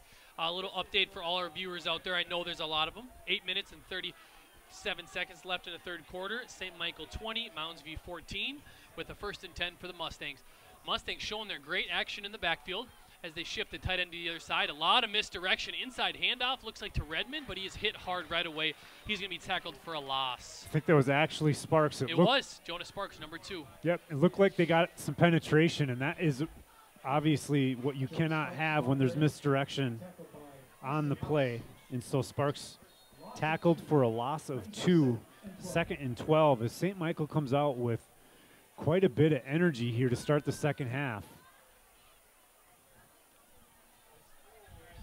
But you got to feel good about Mounds View able to keep points off the board there on defense after a turnover deep in their own territory. Sweet play, great block. We do have some flag on the field. There's a lot of yellow being thrown in the field, and it's a short gain for Redmond. We're going to see what the call is. Seems like that would go against the offense. I wasn't able to see what clearly multiple referees saw. Look in the replay. There's not much action over there, not much hold, not much movement. It looks like it's going to be a Is that illegal motion? Legal motion, legal procedure. And a hold. And a hold. They did have a hold in the edge. It's probably going to give the Mustangs a 10-yard penalty here. Going to set it back to a 2nd and very long. Deep back in their own territory, and really some dangerous territory here. So 2nd and about 22, if I'm not mistaken, from the just inside our own 10-yard line.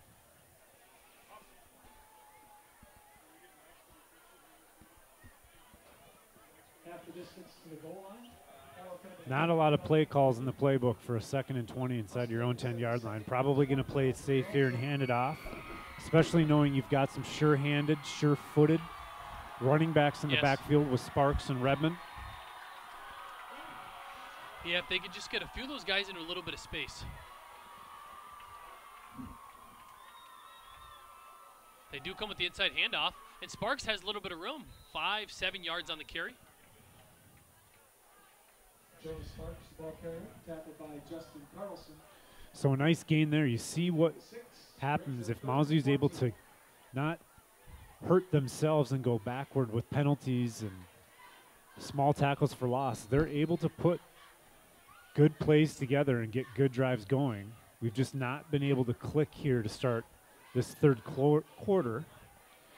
As we look, 7 minutes remain here. Again, St. Michael-Albertville up 20-14 over the Mustangs. This, their first home game of the season, as they await the opening of a new stadium, which they will begin playing in at their homecoming. A lot of movement. He's got a man downfield, Rob. It is caught by Redmond. He's going to get the first down and more. Huge. Wow. Let's go. Stenstrom possibly hurt in the backfield here.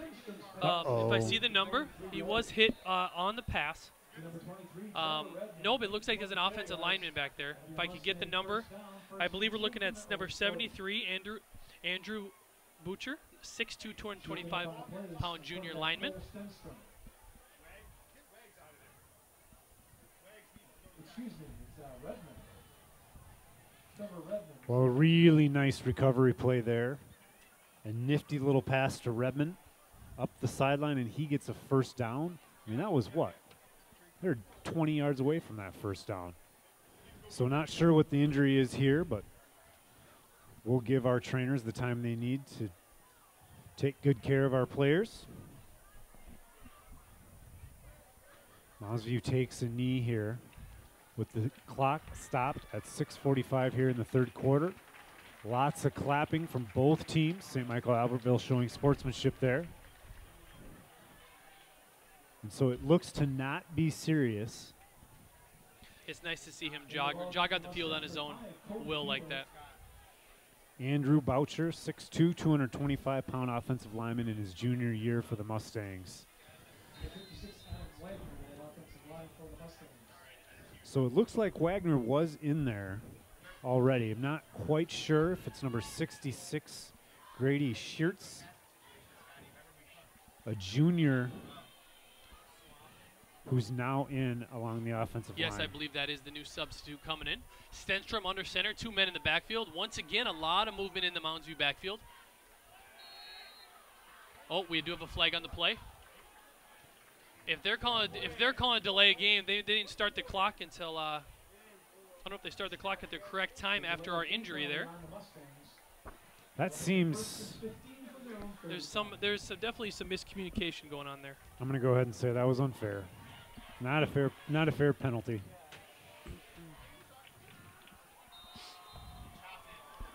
So that's tough. After a big first down, you have the injury, and then you get a delay a game call, which appears to me to be no one's fault in particular, but a 5-yard penalty gives them 1st and 15 from the 35-yard line. Mounds View offensive line sprints to the ball. Stenstrom under center. A lot of movement. Sparks in motion. Play action. He's got a man downfield. Underthrown. It is incomplete. Stenstrom throwing off his back foot again. Not quite ready to set his feet. It's probably due to a little bit of the pressure on him, but yeah, he's really just got to set his feet. I think he had time to get rid of the football there. We can see here on the replay, he's just drifting backward a little bit. Yeah. There was a little bit of pressure, but he could have stepped up into the pressure. So just still learning some of the mechanical components to throwing the football. Still almost got it there, but really only throwing it with his arm, and that's why it was short. Sweep handoff for Redmond. Very patient in the backfield. Doesn't have any space, but we do have a flag down. That could potentially be a face mask on St. Anthony, St. Michael-Albertville, which would give the Mounds Mustangs a first down. They're going to call another hold on the Mustangs. This is going to push it to be about 2nd and 25.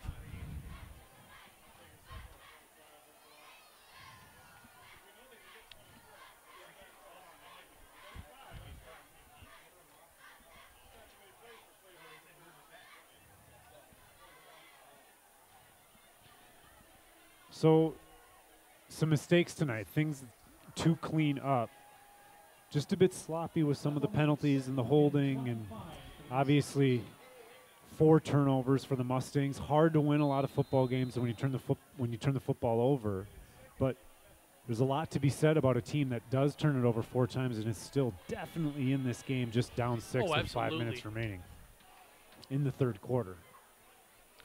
With the 2nd and 25, you're just looking to cut this in half, or at least get a large portion of yardage just to cut this down.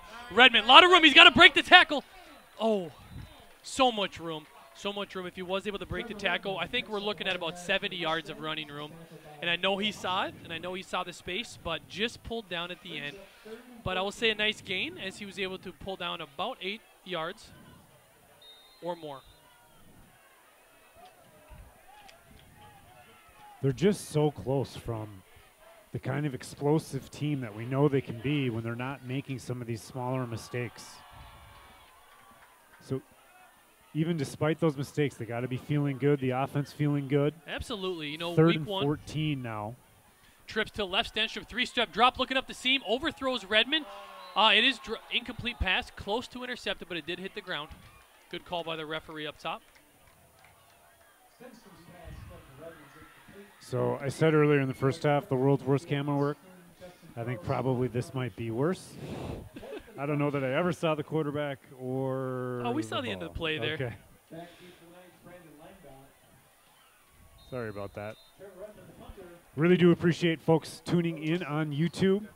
Our goal with these streams is to have it embedded in the website. We had a little bit of technical difficulty and had to change the actual URL used, and so what was embedded into the Mounds site is not showing up here. Punt downed around the 34-yard line, where St. Michael-Albertville will take over with 4:51 remaining in the third quarter.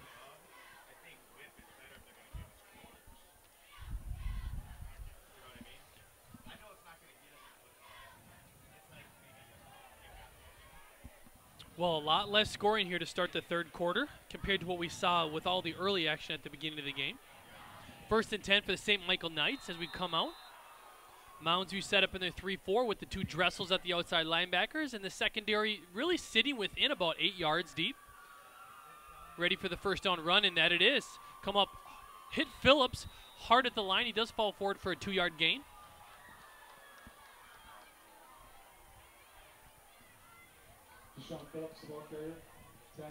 Pretty good strategy to hand the football to Phillips. Hard to go wrong there if you're St. Michael-Albertville. Yep. On about 1st, 2nd, or 3rd down, when you have the lead and the clock's running.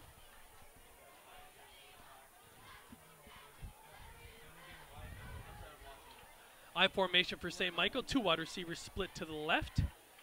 Dressel coming hard off the edge. Inside handoff to Phillips. Makes 1 spin move, then hit by Nate Farm and a few other members of the Mustang defense with a nice gang tackle. Phillips gains 2 more yards. Going to be about a 3rd and 5 coming up here. Pretty good team defense there, gang tackling. Drew Macchia in on the tackle. Charles Dressel in on the tackle. So 3rd and 5 here now. Be a pretty timely stop for your Mustang defense to get off the field this quickly. Split out the 2 corners are once again Kettle Hunt and Cisneros on the 2 split wide, each matchup on wide receiver. And there it is, the Cisneros side. He does miss the first tackle, but Mounds follows up and just knocks the St. Michael wide receiver out of bounds, but not after about a 8 to 10 yard gain. There's that wide receiver screen we saw earlier. So just a good quick move once you catch the football, and it is real one-on-one. I mean,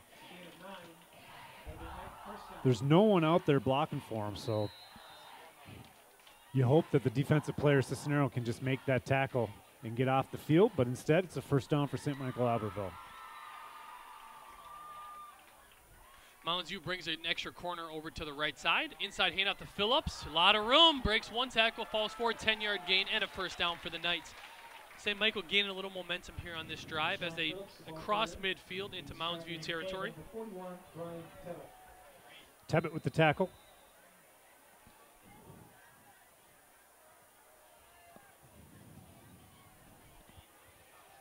Just starting to familiarize ourselves with some of these new numbers that players are wearing. Ben Kettlehut, number 20. We've heard his name.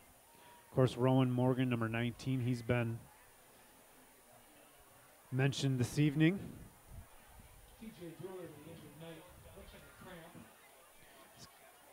Looks to be a player down for St. Michael-Albertville with cramps. He's got his leg being stretched by the trainer right now, so we've got a stoppage in play with 3:21 here in the third quarter. Not a lot of action in terms of scoring since about halfway through the second quarter, but we did see 34 points get put up on the scoreboard pretty quickly, and then both teams settle down quite a bit. They've gone back and forth, they've battled. Both teams have eaten up chunks of yards. Both teams have dropped each other for losses. It's been a pretty even game, with the exception of St. Michael-Albertville leading the turnover battle as Mounds View's coughed up the ball 4 times, 2 through the air and 2 on fumbles. It really has been a great high school football game so far. Toss to Phillips on the outside for a quick 5-yard gain before he's ran out of bounds. But I really could not be more satisfied with both sides of the football for the Mustangs, because you're going to have these early in the season mistakes and early in the season jitters. No question. Now how they continue to come back from it. And, I mean, we're looking at a shot going in the fourth quarter here. It's still within a touchdown.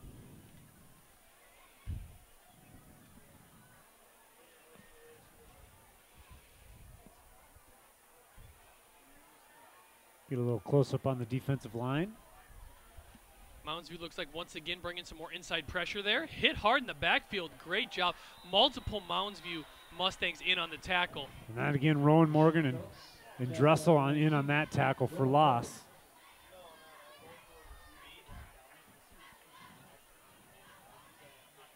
And so that, a pretty big stop here, gives St. Michael a 3rd and 5 after losing 2 on the play. We haven't had a chance to mention yet, but our big nose tackle, number 75, Jake Vogel, doing an outstanding job holding the middle with Rowan Morgan out on the edge. Sweep out. He looks to cut up. Hit hard by the Mustangs, but he's still on his feet. Falling forward for about a 3-yard gain. I think we're going to have a 4th and short here. Good rally tackling by the Mustangs, because St. Michael, they're bringing some big bodies in at tailback.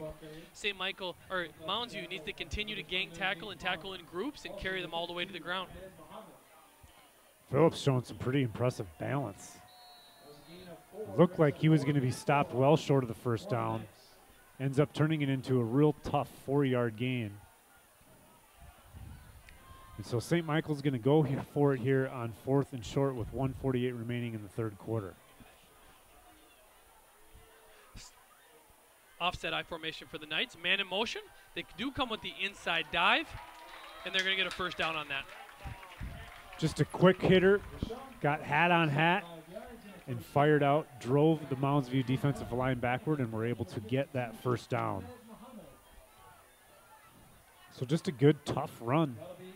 And this is a pretty good sustained drive here now. St. Michael-Albertville deep inside their own territory to their own 30-yard line with a 1st and 10.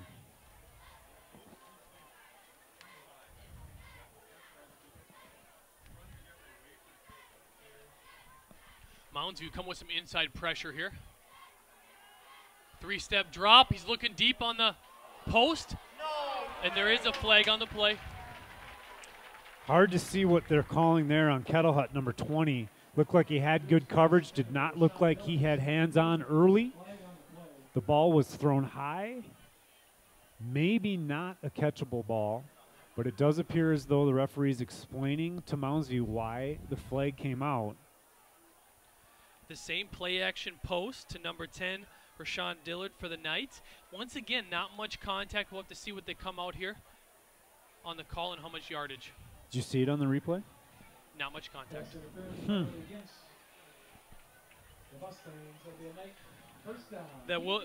the call is pass interference on the defense of the secondary. And it's going to be, let's see where they at. Probably going to be another 15-yard penalty based on where they're at and how close to the goal line here. It's going to put St. Michael in great field position here with a first down.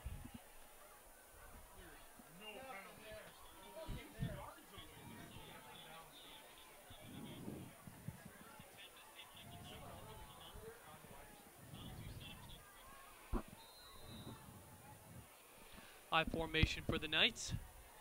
A lot of movement up front. There is some more flags on the field. We'll see what the call comes from the referee. It is full start on the offense, which is going to push the Knights back 5 more yards, be a first and 15 from about the 20-yard line, just outside the red zone.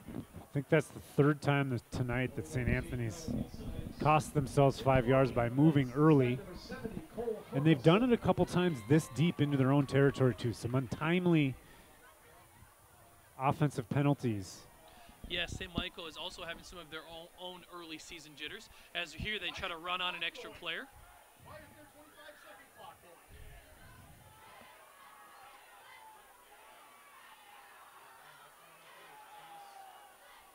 Inside dive for a pretty good 4 or 5 yard gain as the Knights just push the pile. Yeah, you can see, I think they've figured out a little bit that they've got some size up front to move the defensive line, or to move the line of scrimmage a little bit. Second time they've run a dive for 4 yards. Gain of 9, second and 6. So some curious penalties, honestly, with that pass interference and the delay of game earlier. But this is part of the adversity that you face in football. It's not always just your own play.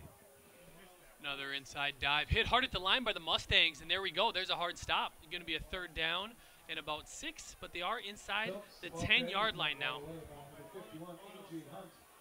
Also, Nick Dunnigan and Hunter Cash, amongst others, for the Mustangs.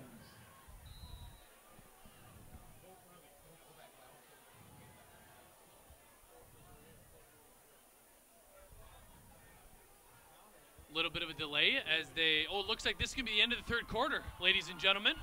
What a third quarter with no scoring. It's a back and forth defense from both sides. Turnover put in by the Mustangs, but exactly what you expect in a head-to-head game with two big programs like this.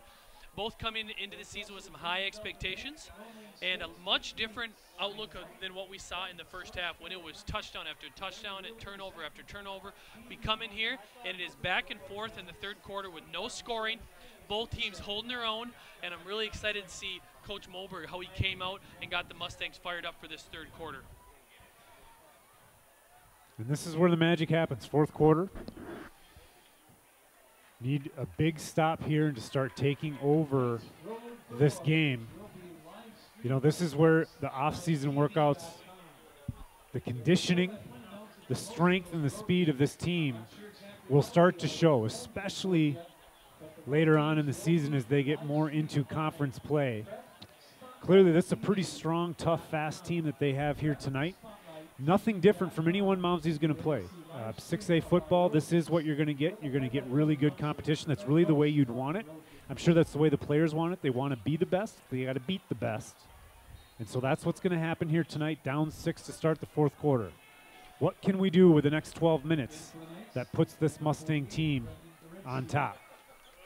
What a great non-conference schedule by Coach Moberg before we head into conference play. A big suburban program to set the Mounds U up for success for the rest of the year.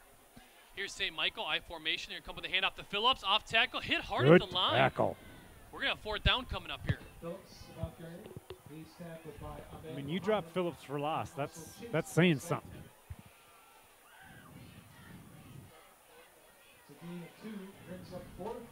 Exactly where the Mustangs want to be with a fourth down opportunity here to gain the momentum back in their favor. A hard hit on the play.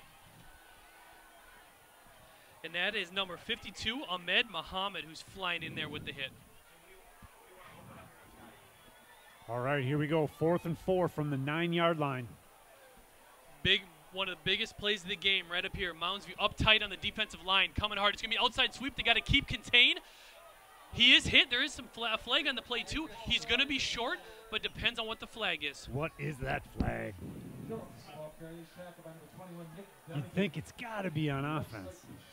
Mounds is coming off the field. Well he done. was short. It does look like the Mounds Mustangs are going to take over. That penalty will be declined, that hold penalty. And so with 11 minutes and 11 seconds to go in the 4th quarter, Mounds again holds despite St. Michael-Albertville deep in their own territory threatening. They come away with no points, Taylor. Absolutely. I want to give us some shout-out credit to number 21, Nick Dunnigan, who I saw flying up from the secondary there, who made a great hit helping out those linebackers. Yeah, Dunnigan a couple times late in that drive made huge stops. Helped the Mustangs get off the field on 4th down. So here we go. How can the offense answer now with a long, sustained drive of their own? A little inside counter looks like there. Oh, and another penalty. Big flag on the play, but there's just a 1-yard gain for the Mustangs. We'll see what the flag ends up being. If it's against us, you'd think it would be half the distance to the goal line. It is a hold against us. That's probably only going to be a 5-yard penalty.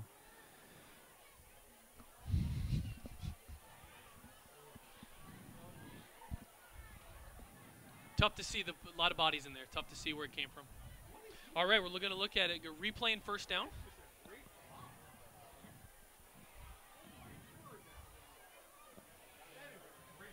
It's interesting now that high school coaches can watch video as they're coaching. They see these replays and can actually even zoom in and see, even on a penalty. And with the communication to the sideline, you can make a pretty compelling argument if you're a head coach talking to a referee when you know you've got the instant replay up in the booth. Absolutely, it's incredible the way we have different iPads and headsets going here with instant replays. It's great to see the technology continue to advance and work its way down to high school. 2nd down and 8 here. Play action. Stenstrom looking deep. He's got Sampson. Underthrown. Oh, it is broken up at the last minute by St. Michael.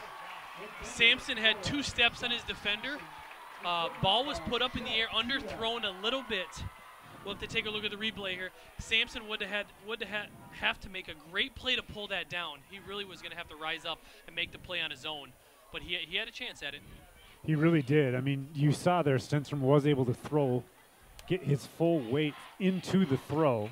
And despite the fact that it was short, it was high, it was definitely possible that Sampson come down with it. But unfortunately, it's going to be 3rd and 8 from the Mustang 9-yard line. Stenstrom still back in shotgun. Sparks is in motion, 3-step drop, looking for the wheel. Underneath, he's got Sampson. Great catch.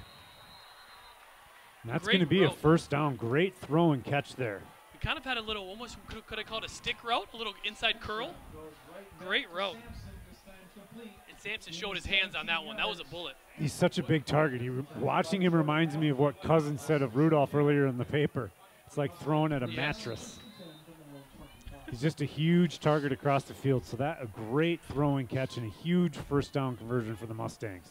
I would love to see us continue to get Sampson involved here in the 4th quarter when it matters.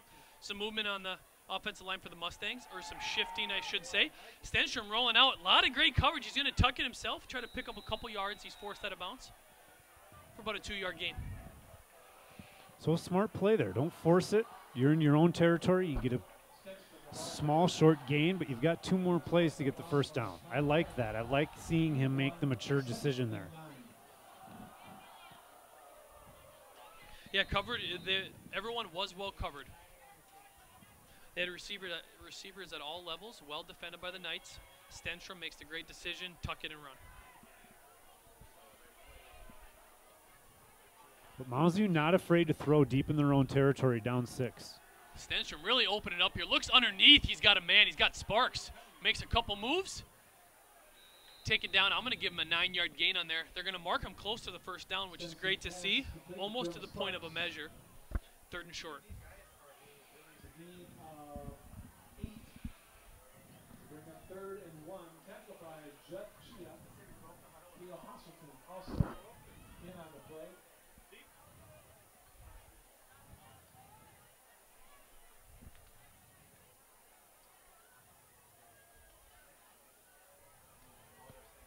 I think we've got 12 men on the field for Moundsview with a 5-yard penalty now after that throw and catch Was it to really? Sparks.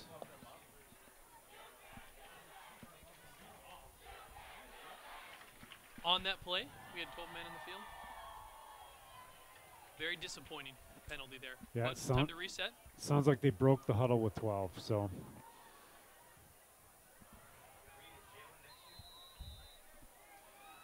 Still early season work. That's all right, early season work. So still 2nd down here, unless they haven't updated the scoreboard. It doesn't appear as though they have. Redmond on the sweep.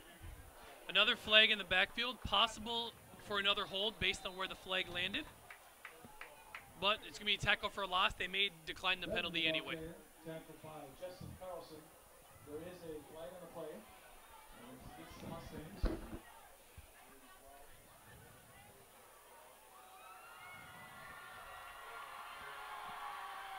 Hard to even see on the replay what they see, but multiple flags down. So you know they're seeing something. Pretty easy for even a quick hold to take place on a long sweep stretch play like that.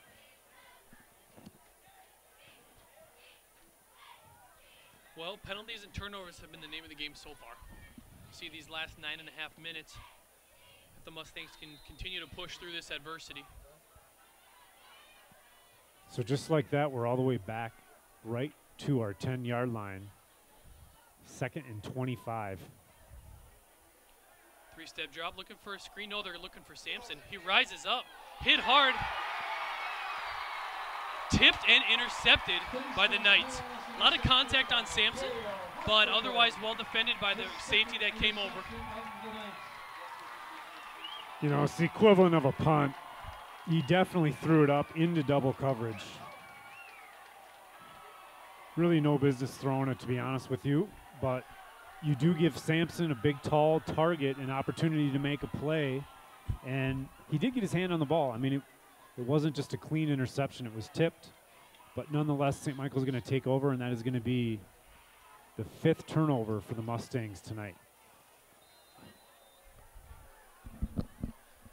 Here comes another sudden change. St. Michael might be taking a shot here as they have earlier. Moundsview should be ready in the secondary for a quick hitter, and there it is. Play action, looking for the flag roll, back to the corner. Incomplete pass. Boy, they are consistent, aren't they? They are. Pretty well defended. It was a double move route, which is tough to defend out on his own, but Cisneros was right there, ready to make a tackle if needed.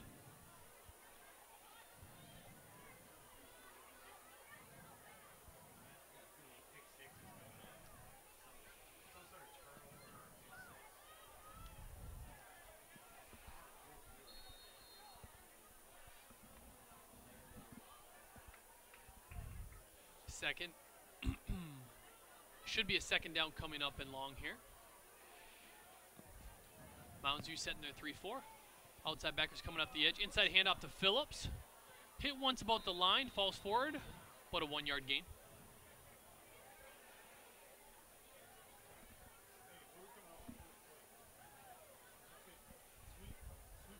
Nine minutes here. The clock is running. Several Mustangs, including Drew Makia. St. Michael really the beneficiary of some pretty good field position really all night, which is in part due to the 5 turnovers and obviously some of the penalties and mistakes that Moundsview has unfortunately made in between making some pretty impressive explosive plays. Looking underneath for the dump down. Incomplete pass by St. Michael. First time that they've been ready to come back to the underneath drag route. That was successful earlier. So now a 4th and 8 or 9. All right. Interesting decision here. Obviously, St. Michael will will make the right call. Up 6 with 8:37 to go. They will punt and pin Mounds View deep. At least that's the hope. I can't recall a time in which St. Michael has punted. Is this their first punt? Tell you what, as great as their field position has been on the Mounds View side of the field, they may not have needed to. Though a deep, long spiral punt out of the back of the end zone. Wow, quite the leg there. Even though they haven't used their punter, they sure have a definitely a skill there that they can put into effect if needed. So really only a 15-yard punt, really, when you consider the fact that we're going to get that on the 20-yard line. Yes. Looked like Mateo Cisneros was back deep to receive the punt, but that well over his head, out of the back of the end zone is where it landed, and he was firmly put on the 10-yard line. So no chance there for a return. Mounds View takes over, 1st and 10 from their own 20-yard line with 8 minutes and 30 seconds left in the fourth quarter. Mounds View just down 6. It'll be very interesting now as we get closer to the end of the game to see if that missed extra point in the middle of the second quarter comes back to hurt St. Michael-Albertville. Another flag, but the sweep handoff to Sparks, who makes a lot of great moves.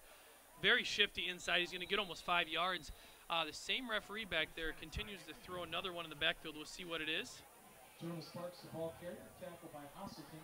There is a flag on the play. Legal procedure again, so maybe some movement there. Legal shift.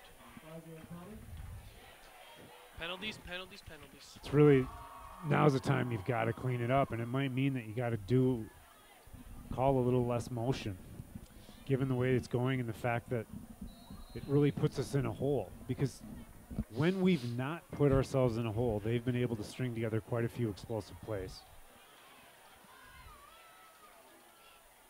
Absolutely. The plays have been there. It is continue to finish them without making that mistake or penalty.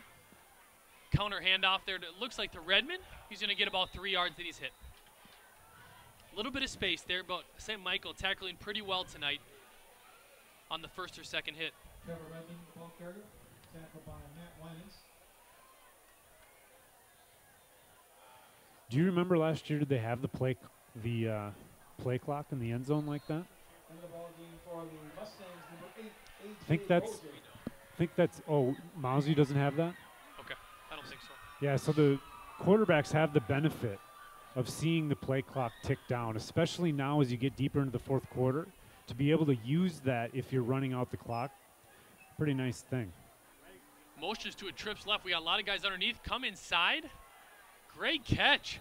Stenstrom pokes it in there. And that looks like to number 4, Colin Hoyoda, with his first catch of the night, I believe. Well done. You know what? We just found news it's his first career catch for Colin. Congratulations to Colin. Ran a great stick route inside and really had a crucial moment for the Mustangs. Good so for way to Colin. Way to go, Colin. Great kid from a great family. The Hoytas are amazing people. 3rd and short. 5 seconds on the play clock. Stenstrom under center. Dive underneath. Looks like Lamox. He might get it. He might lean his head over for the first down. We'll see where they spot him. Oh, yeah, it looks like he does have it. They are going to spot him. And the chains are moving already, so that's a first down, big run. There we go. Under 6 minutes and 31 seconds to go here to keep you updated on the time. Gain of 3, and a Mustang first down.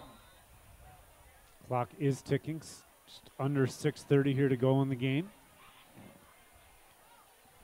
Mounds View digging themselves out of some pretty bad field position up to their own 30-yard line. Stenstrom back in shotgun, giving himself some space. 1, 2, 3-step drop, looking to get rid of it. Might get hit here. Dumps the football down, excuse me. Lamox was in the area. I was worried for an intentional grounding call, but no penalty. Yep, Womack's close enough definitely to that out there in the flat. Bringing up a 2nd down and long.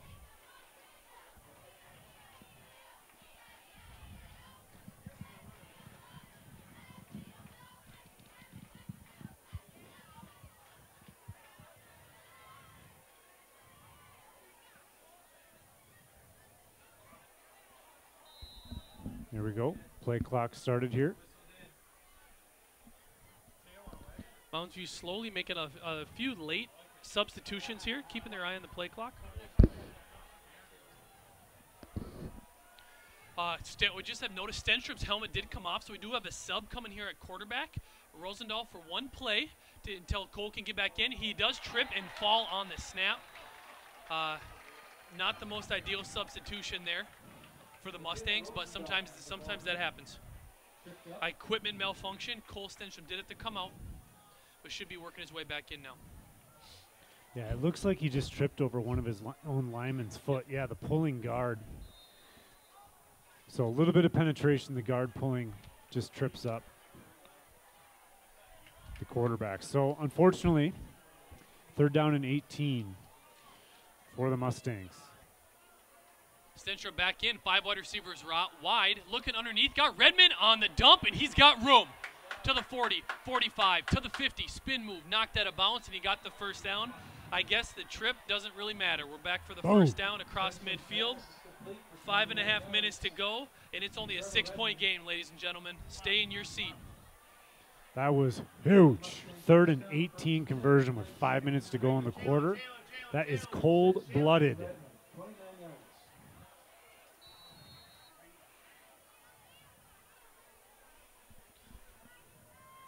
One of the keys to success. How can you get Redmond in space? And we were able to do it. Sweep to Sparks. Some open room, but hit hard just past the line of scrimmage. Man, tackle him by his neck, why don't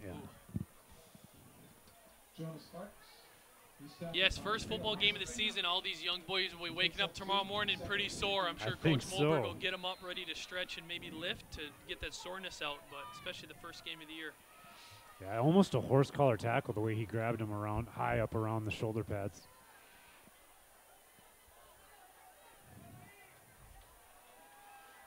Stenstrom once again spreading them out. Shotgun, 5 wide receiver options out here. I like to give him a lot of space. Oh, a lot of pressure looking underneath. Thrown right to the St. Michael defender. Right to him, and it's intercepted. Ran back across midfield to the Mustang 40.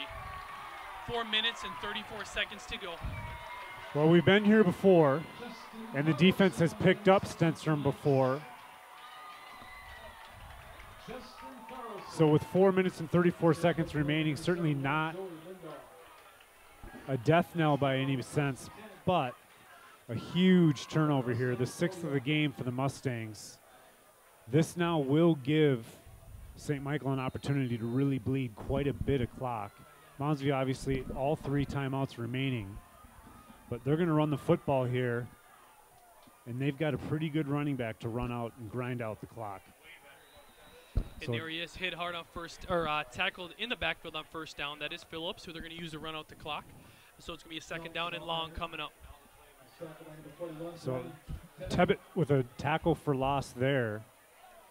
It's going to be 2nd and 11 for St. Michael, as they again will bleed at least 25 seconds off the clock here to get it well under 4 minutes to play.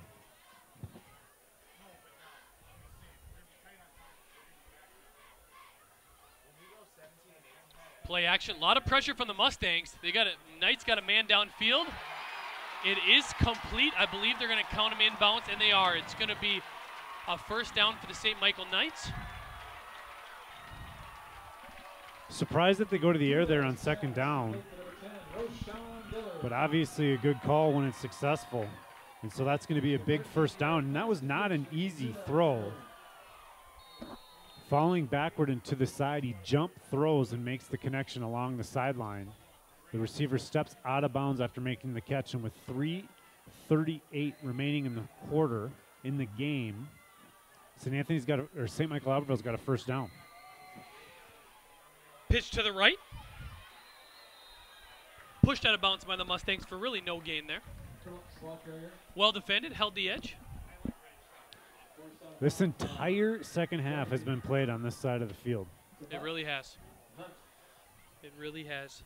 The field position has been in the advantage of the Knights all afternoon here.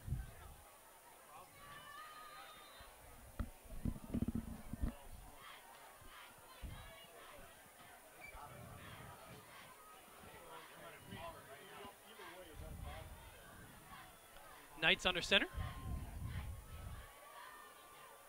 Hand off to Phillips. Oh, Rowan Morgan in the backfield along with Dressel. That's Chase Dressel this time. A lot of pressure in the backfield and hit hard right away. It's going to force a 3rd and long, and the Mounds View Mustangs call a timeout here to stop the clock with 3:18 to go. Still in pretty good shape. And the defense is going to have to step up here one more time. Absolutely. If They've not done twice, a if great not two more. job. How clutch have they been in, with their back up against an end zone looming? Yeah, so many positive takeaways this second half. St. Michael with their very potent offense has not scored a point here in the second half, continuing to build off the momentum going into halftime.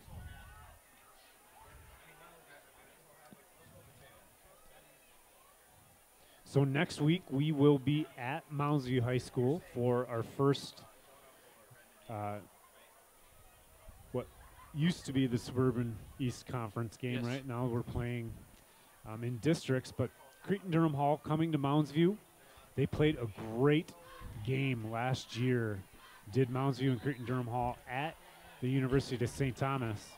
Mustangs came up just short in that one. It looked like they would have a huge opportunity to upset the Cretin-Durham Hall Raiders, and I would think they will have that same opportunity given how given the bursts of success that they have had this evening against a really tough team. I'm really looking forward to that matchup next week. St. Michael going to the air, got a man inside, dropped it, just dropped it. Wow.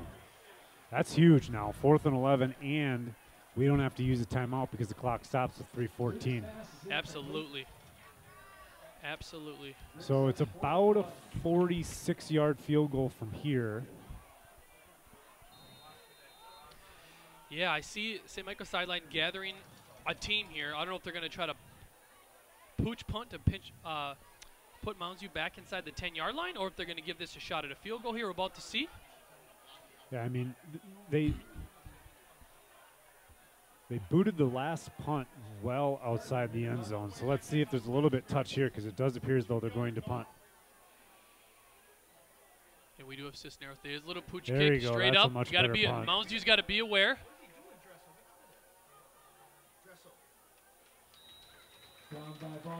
There we go. There it is. 3 minutes and 4 seconds to go. Mounds View down 20-14, coming out with the ball. 1st and 10 from their own 15-yard line. 85 yards to go to change this thing. Be a pretty remarkable drive. Let's go. You know they got the players. If he can connect with Sampson, connect with Redmond, Sparks is good coming out of the backfield. They definitely have some opportunities here to get the ball down the field. And you know Elkinen's had them prepare for this. They've obviously got the ability to hurry up offense. And so we're going to see what they can do. There's a little wide receiver screen. Caught. About a 4 or 5 yard gain for the Mustangs. Clock is running now under 3 minutes. And you're right, Rob. The talent has been there, but the mistakes have as well. And that's exactly what we're looking at. But in these next 3 minutes, all that doesn't matter. These next 3 minutes is our time, Mounds View's time to go and get it, close this thing out. It's really easy to get a couple good short completions and suddenly feel like you have momentum and offense just start gelling and driving. Well defended pass as they try to get to Sampson on the outside on a little 5 yard out route. Tipped by the Knights and knocked out of bounds. So a quick. Also plenty of space on the wide side of the field over here too.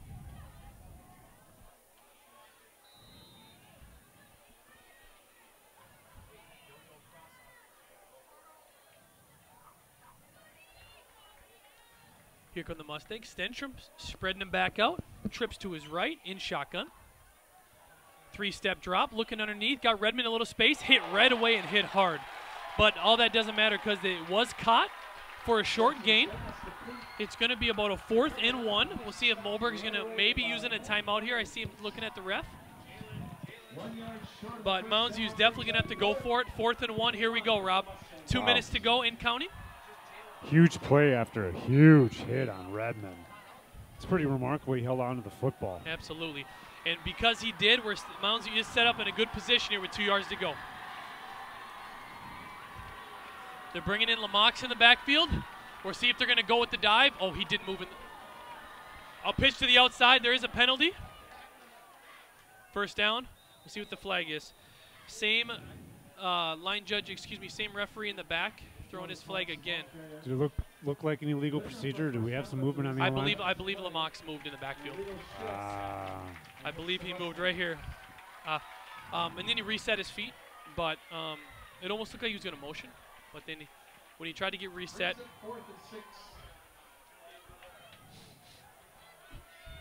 that's unfortunate. Yeah, I did think they were going to call the play dead for a false start, but they let it go. And it's still same result, 4th and 6.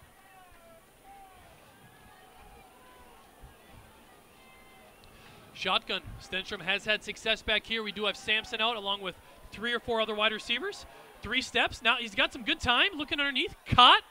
First down, ladies and gentlemen. We're still going. 1 minute and 37 seconds to go. That was Sampson on the reception. I want to give him credit for that. Once again, coming across the middle. He is able to take those big hits with his big body in there. Well, that's a big conversion here on 4th down. That keeps the game alive here. 1:37 clock stops. Mounds View ready immediately for the play clock to begin. Running the hurry-up offense. Rolling. A lot of time. Nobody open. Runs. Stenstrom for a 5-yard gain. Stops the clock at 1:26. Good decision. He's already maturing right in front of our eyes. Making great decisions down the stretch here.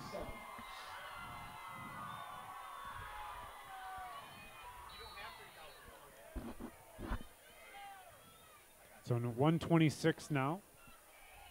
Again, Mounds View down 6 with the football, 2nd and 7 from their own 31-yard line. Trips left for Stenstrom. One running back protecting him to his right. A lot of open space over here. He's going to roll this way. A lot of pressure. Tipped and incomplete pass. That's all right. No harm, no foul on that play. It is going to bring up a 3rd down and 8. I like how Stenstrom's moving around in the pocket a little bit. He steps up, avoids some rush, but isn't quite able to make a connection there to Redmond. I'm sorry, to Sparks.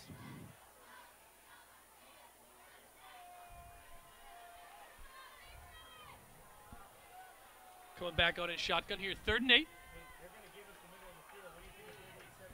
Sparks in motion, going out way wide. He's got a wheel route on this side. Go with the hitch. Sampson did slip on the route, and the pass goes incomplete to bring up a 4th down and 8. A few different things didn't go their way on that one. I did like the hitch call opportunity there to cut that down to a 4th and short. But here we go, another 4th down, ladies and gentlemen. I see them probably looking to go back to Sampson. He seems to be the go-to, unless they come with some sort of a misdirection with Redmond again. You know, early in the game, their best pass play was play action. They unfortunately don't have that now, but I think they will have Sampson across the middle of the field. They are bracketing Sampson down there. He's open over the middle. Oh, they come the other way. Is it cut? It is cut. It's going to be a 1st down. Number 4, Colin Hoyota again. Hoytia, that away. Atta boy. His 2nd career catch goes for a huge first down. For a big 4th down play. He's going to put that in his film box at home. That away, Colin, our 6'1" junior receiver.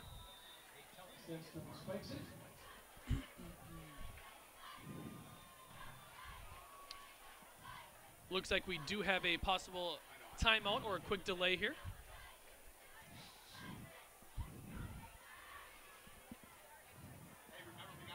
Wow. Twice now they've converted on 4th down deep in their own territory. 1:09 left to go for our viewers out there that are tuning in. Stick with us till the end. They've lost some clock having to get to 4th down, but I tell you what, they're driving now almost to midfield here with 1:09 down 6. Trips to Stenstrom's left. One running back left to protect him on his right in the backfield with him. Going Sampson, easy slant route complete, 10 yards, 1st down. Clock should stop. Boom. That really is going to get him past midfield. There's no outside backer bracketing Sampson over there. You got to go to him.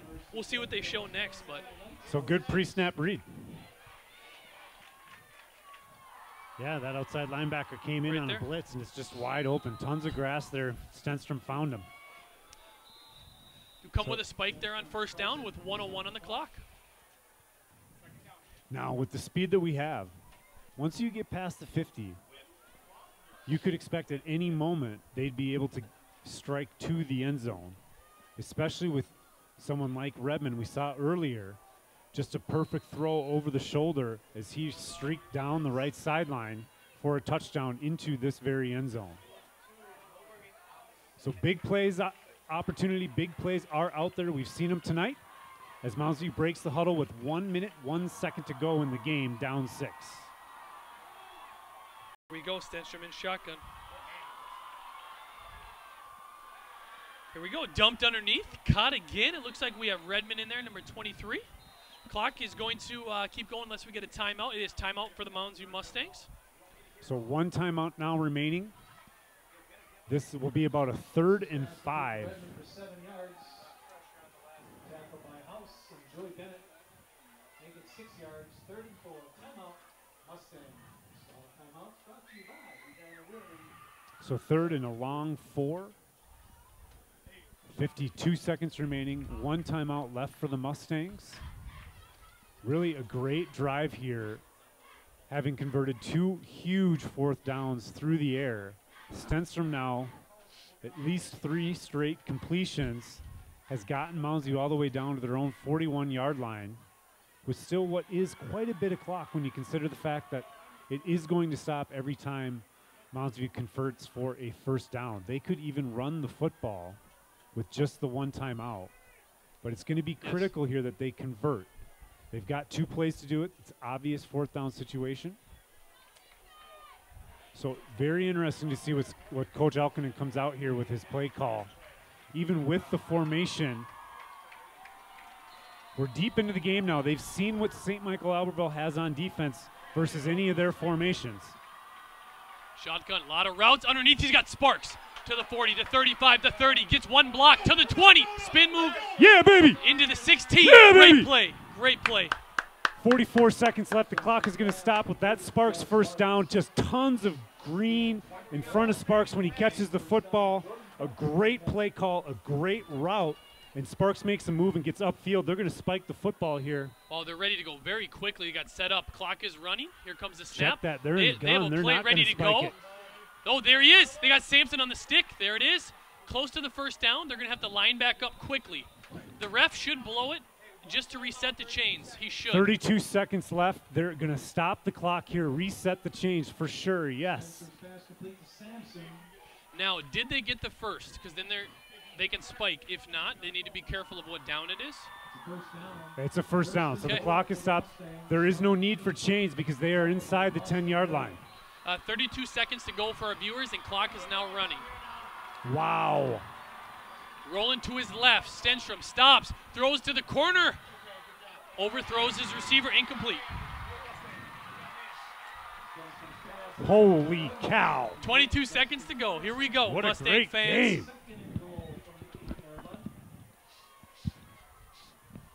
I have enjoyed every single minute of this game.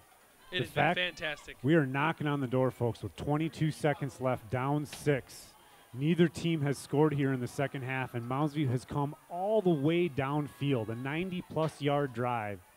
2 huge conversions on 4th down. Many of the plays they've made here have been through the air as Stenstrom has been on target, and his players have made plays for him, breaking tackles and getting downfield.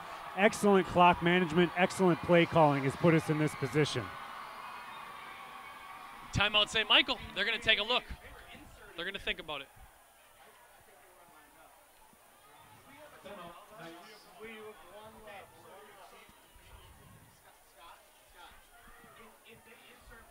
So what do you think here? Sampson's such a big body.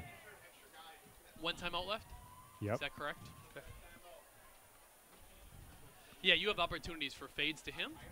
You have opportunities to give him some sort of a jump ball. I think With the 1 timeout, you can threaten to run, depending on who you have in the backfield on a sweep. a little bit of misdirection. I mean, even just 1 run play gives you the play action pass back in play. And maybe even they just go to that. And the reason I like that is it gives some of their their bigger receivers, their tight end and Sampson, an opportunity to come free. We haven't seen O'Brien since the first half, but he's a huge target at tight end to go along with Sampson. And then you've got the scat backs, the Redmond and the Sparks that are going to be out, hard to cover for a linebacker. And so we'll see what they're able to do here from the 8-yard line, second down with 22 seconds left and 1 timeout. And again, Mounds View's down 6 points. There he is in shotgun, 3 wide receivers to his left, 3-step drop, goes underneath, got a man, overthrows, number 4, Colin Hoyda. Yep. Had a man just throwing a little high, but Stenstrom did have his feet set. He just threw a laser a little too high. I like the route. That's okay, though. Yeah, good route, good concept, good throw. A little bit high, but I like that it was on a rope. Young Colin Hoyda just about had the biggest day of his life there. No question. Let's go. I'd probably jump through the window if Colin caught that touchdown, I got to tell you. Sampson in the slot down below. Hoydia up top, out wide. Redmond in motion, so it gives us a trips left.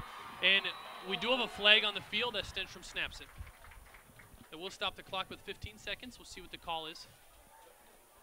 They are going to call a full start. Illegal procedure.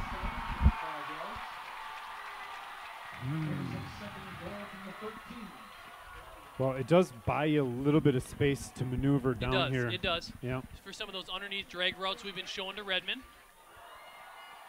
And keep in mind, you've still got 2 plays here. You got 15 seconds, so you've got a timeout. So you don't have to go end zone here. Yeah.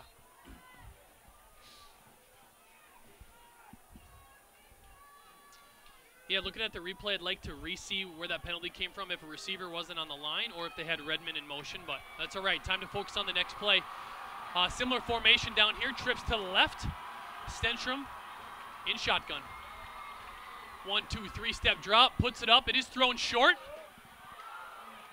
It is knocked down. Incomplete, ladies and gentlemen. It was tough to see incomplete with 8 seconds on the clock, and we have 4th down coming up. Here's pretty much our last play of the game.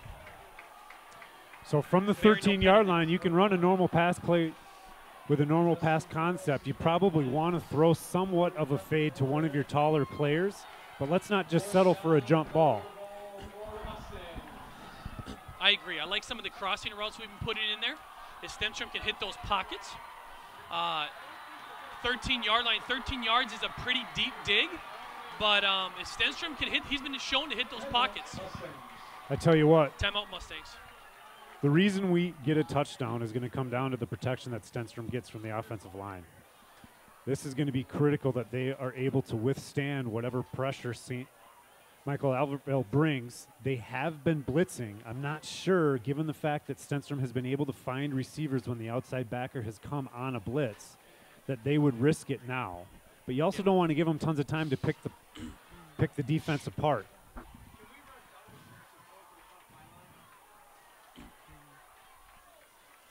But you've got the 13 yards to the end zone and the 10 in the end zone. So 23 yards of grass in which to find a receiver.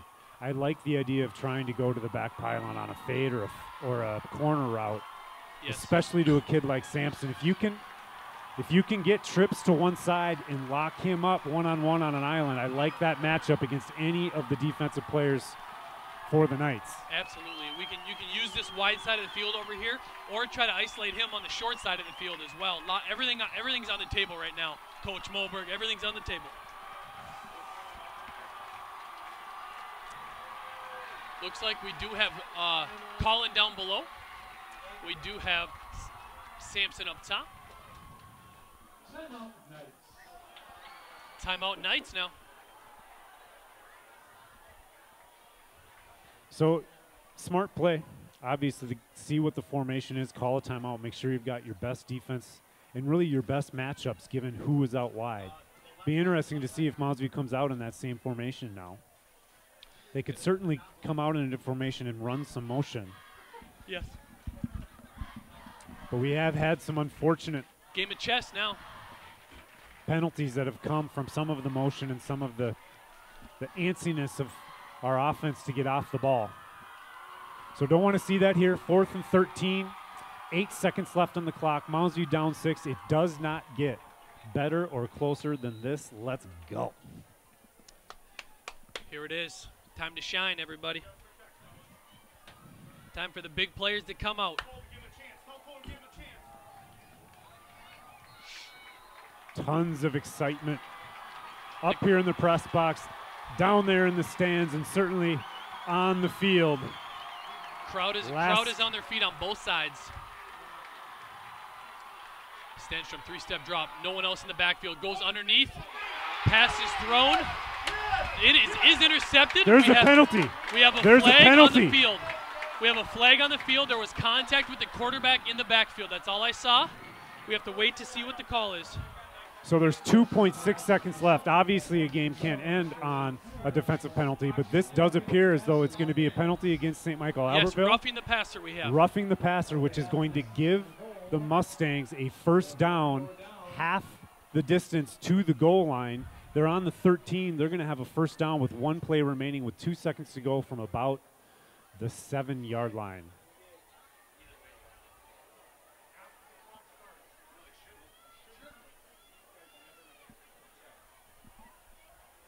Yes, we have some great questions flying around here. Is if the clock should start when the ball is set, and it should not. But Mounds, you should be ready to get their play called and be prepared to go. Wow. Just to add to the drama. A roughing the passer penalty after an interception in the end zone. You know, Stenstrom's got to let it rip. So he's got to go for it. Yep. So here we go. Make your read and give your receiver a chance. Cole, give your receiver a chance. We have Cole. We have Colin Hoydia down below. We have trips up top with some motion. Redmond's moving. Roll out. It's a throwback. Redmond's open. He's got a block to the 5. Touchdown! Yeah! He got a touchdown! No flags! No flags! Moundsview ties the football game with no time left on the clock. 20-20. Redmond's going to have to line back up and get ready to kick it for the win here.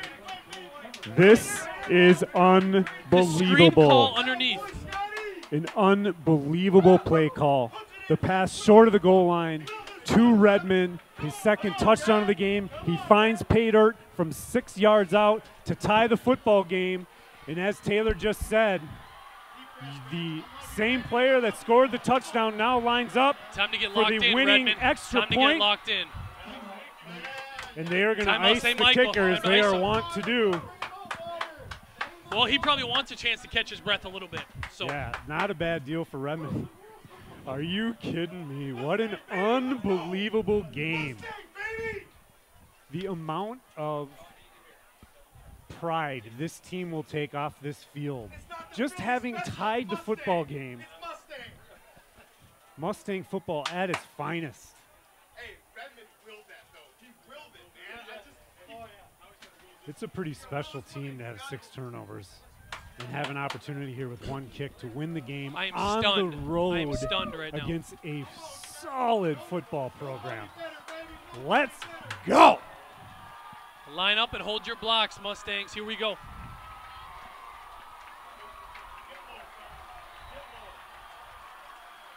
Crowd is all on their feet for the final moment here. Redmond. Come on, Redmond. Let's go, baby. Kick is up.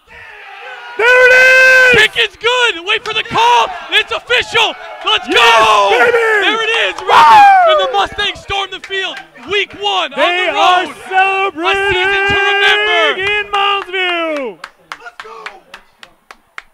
What an unbelievable football game. Wow. How many turnovers today, Rob? 6 turnovers. Perseverance, my friend. That's all it is. Coach Moberg football. Just keep going and keep working.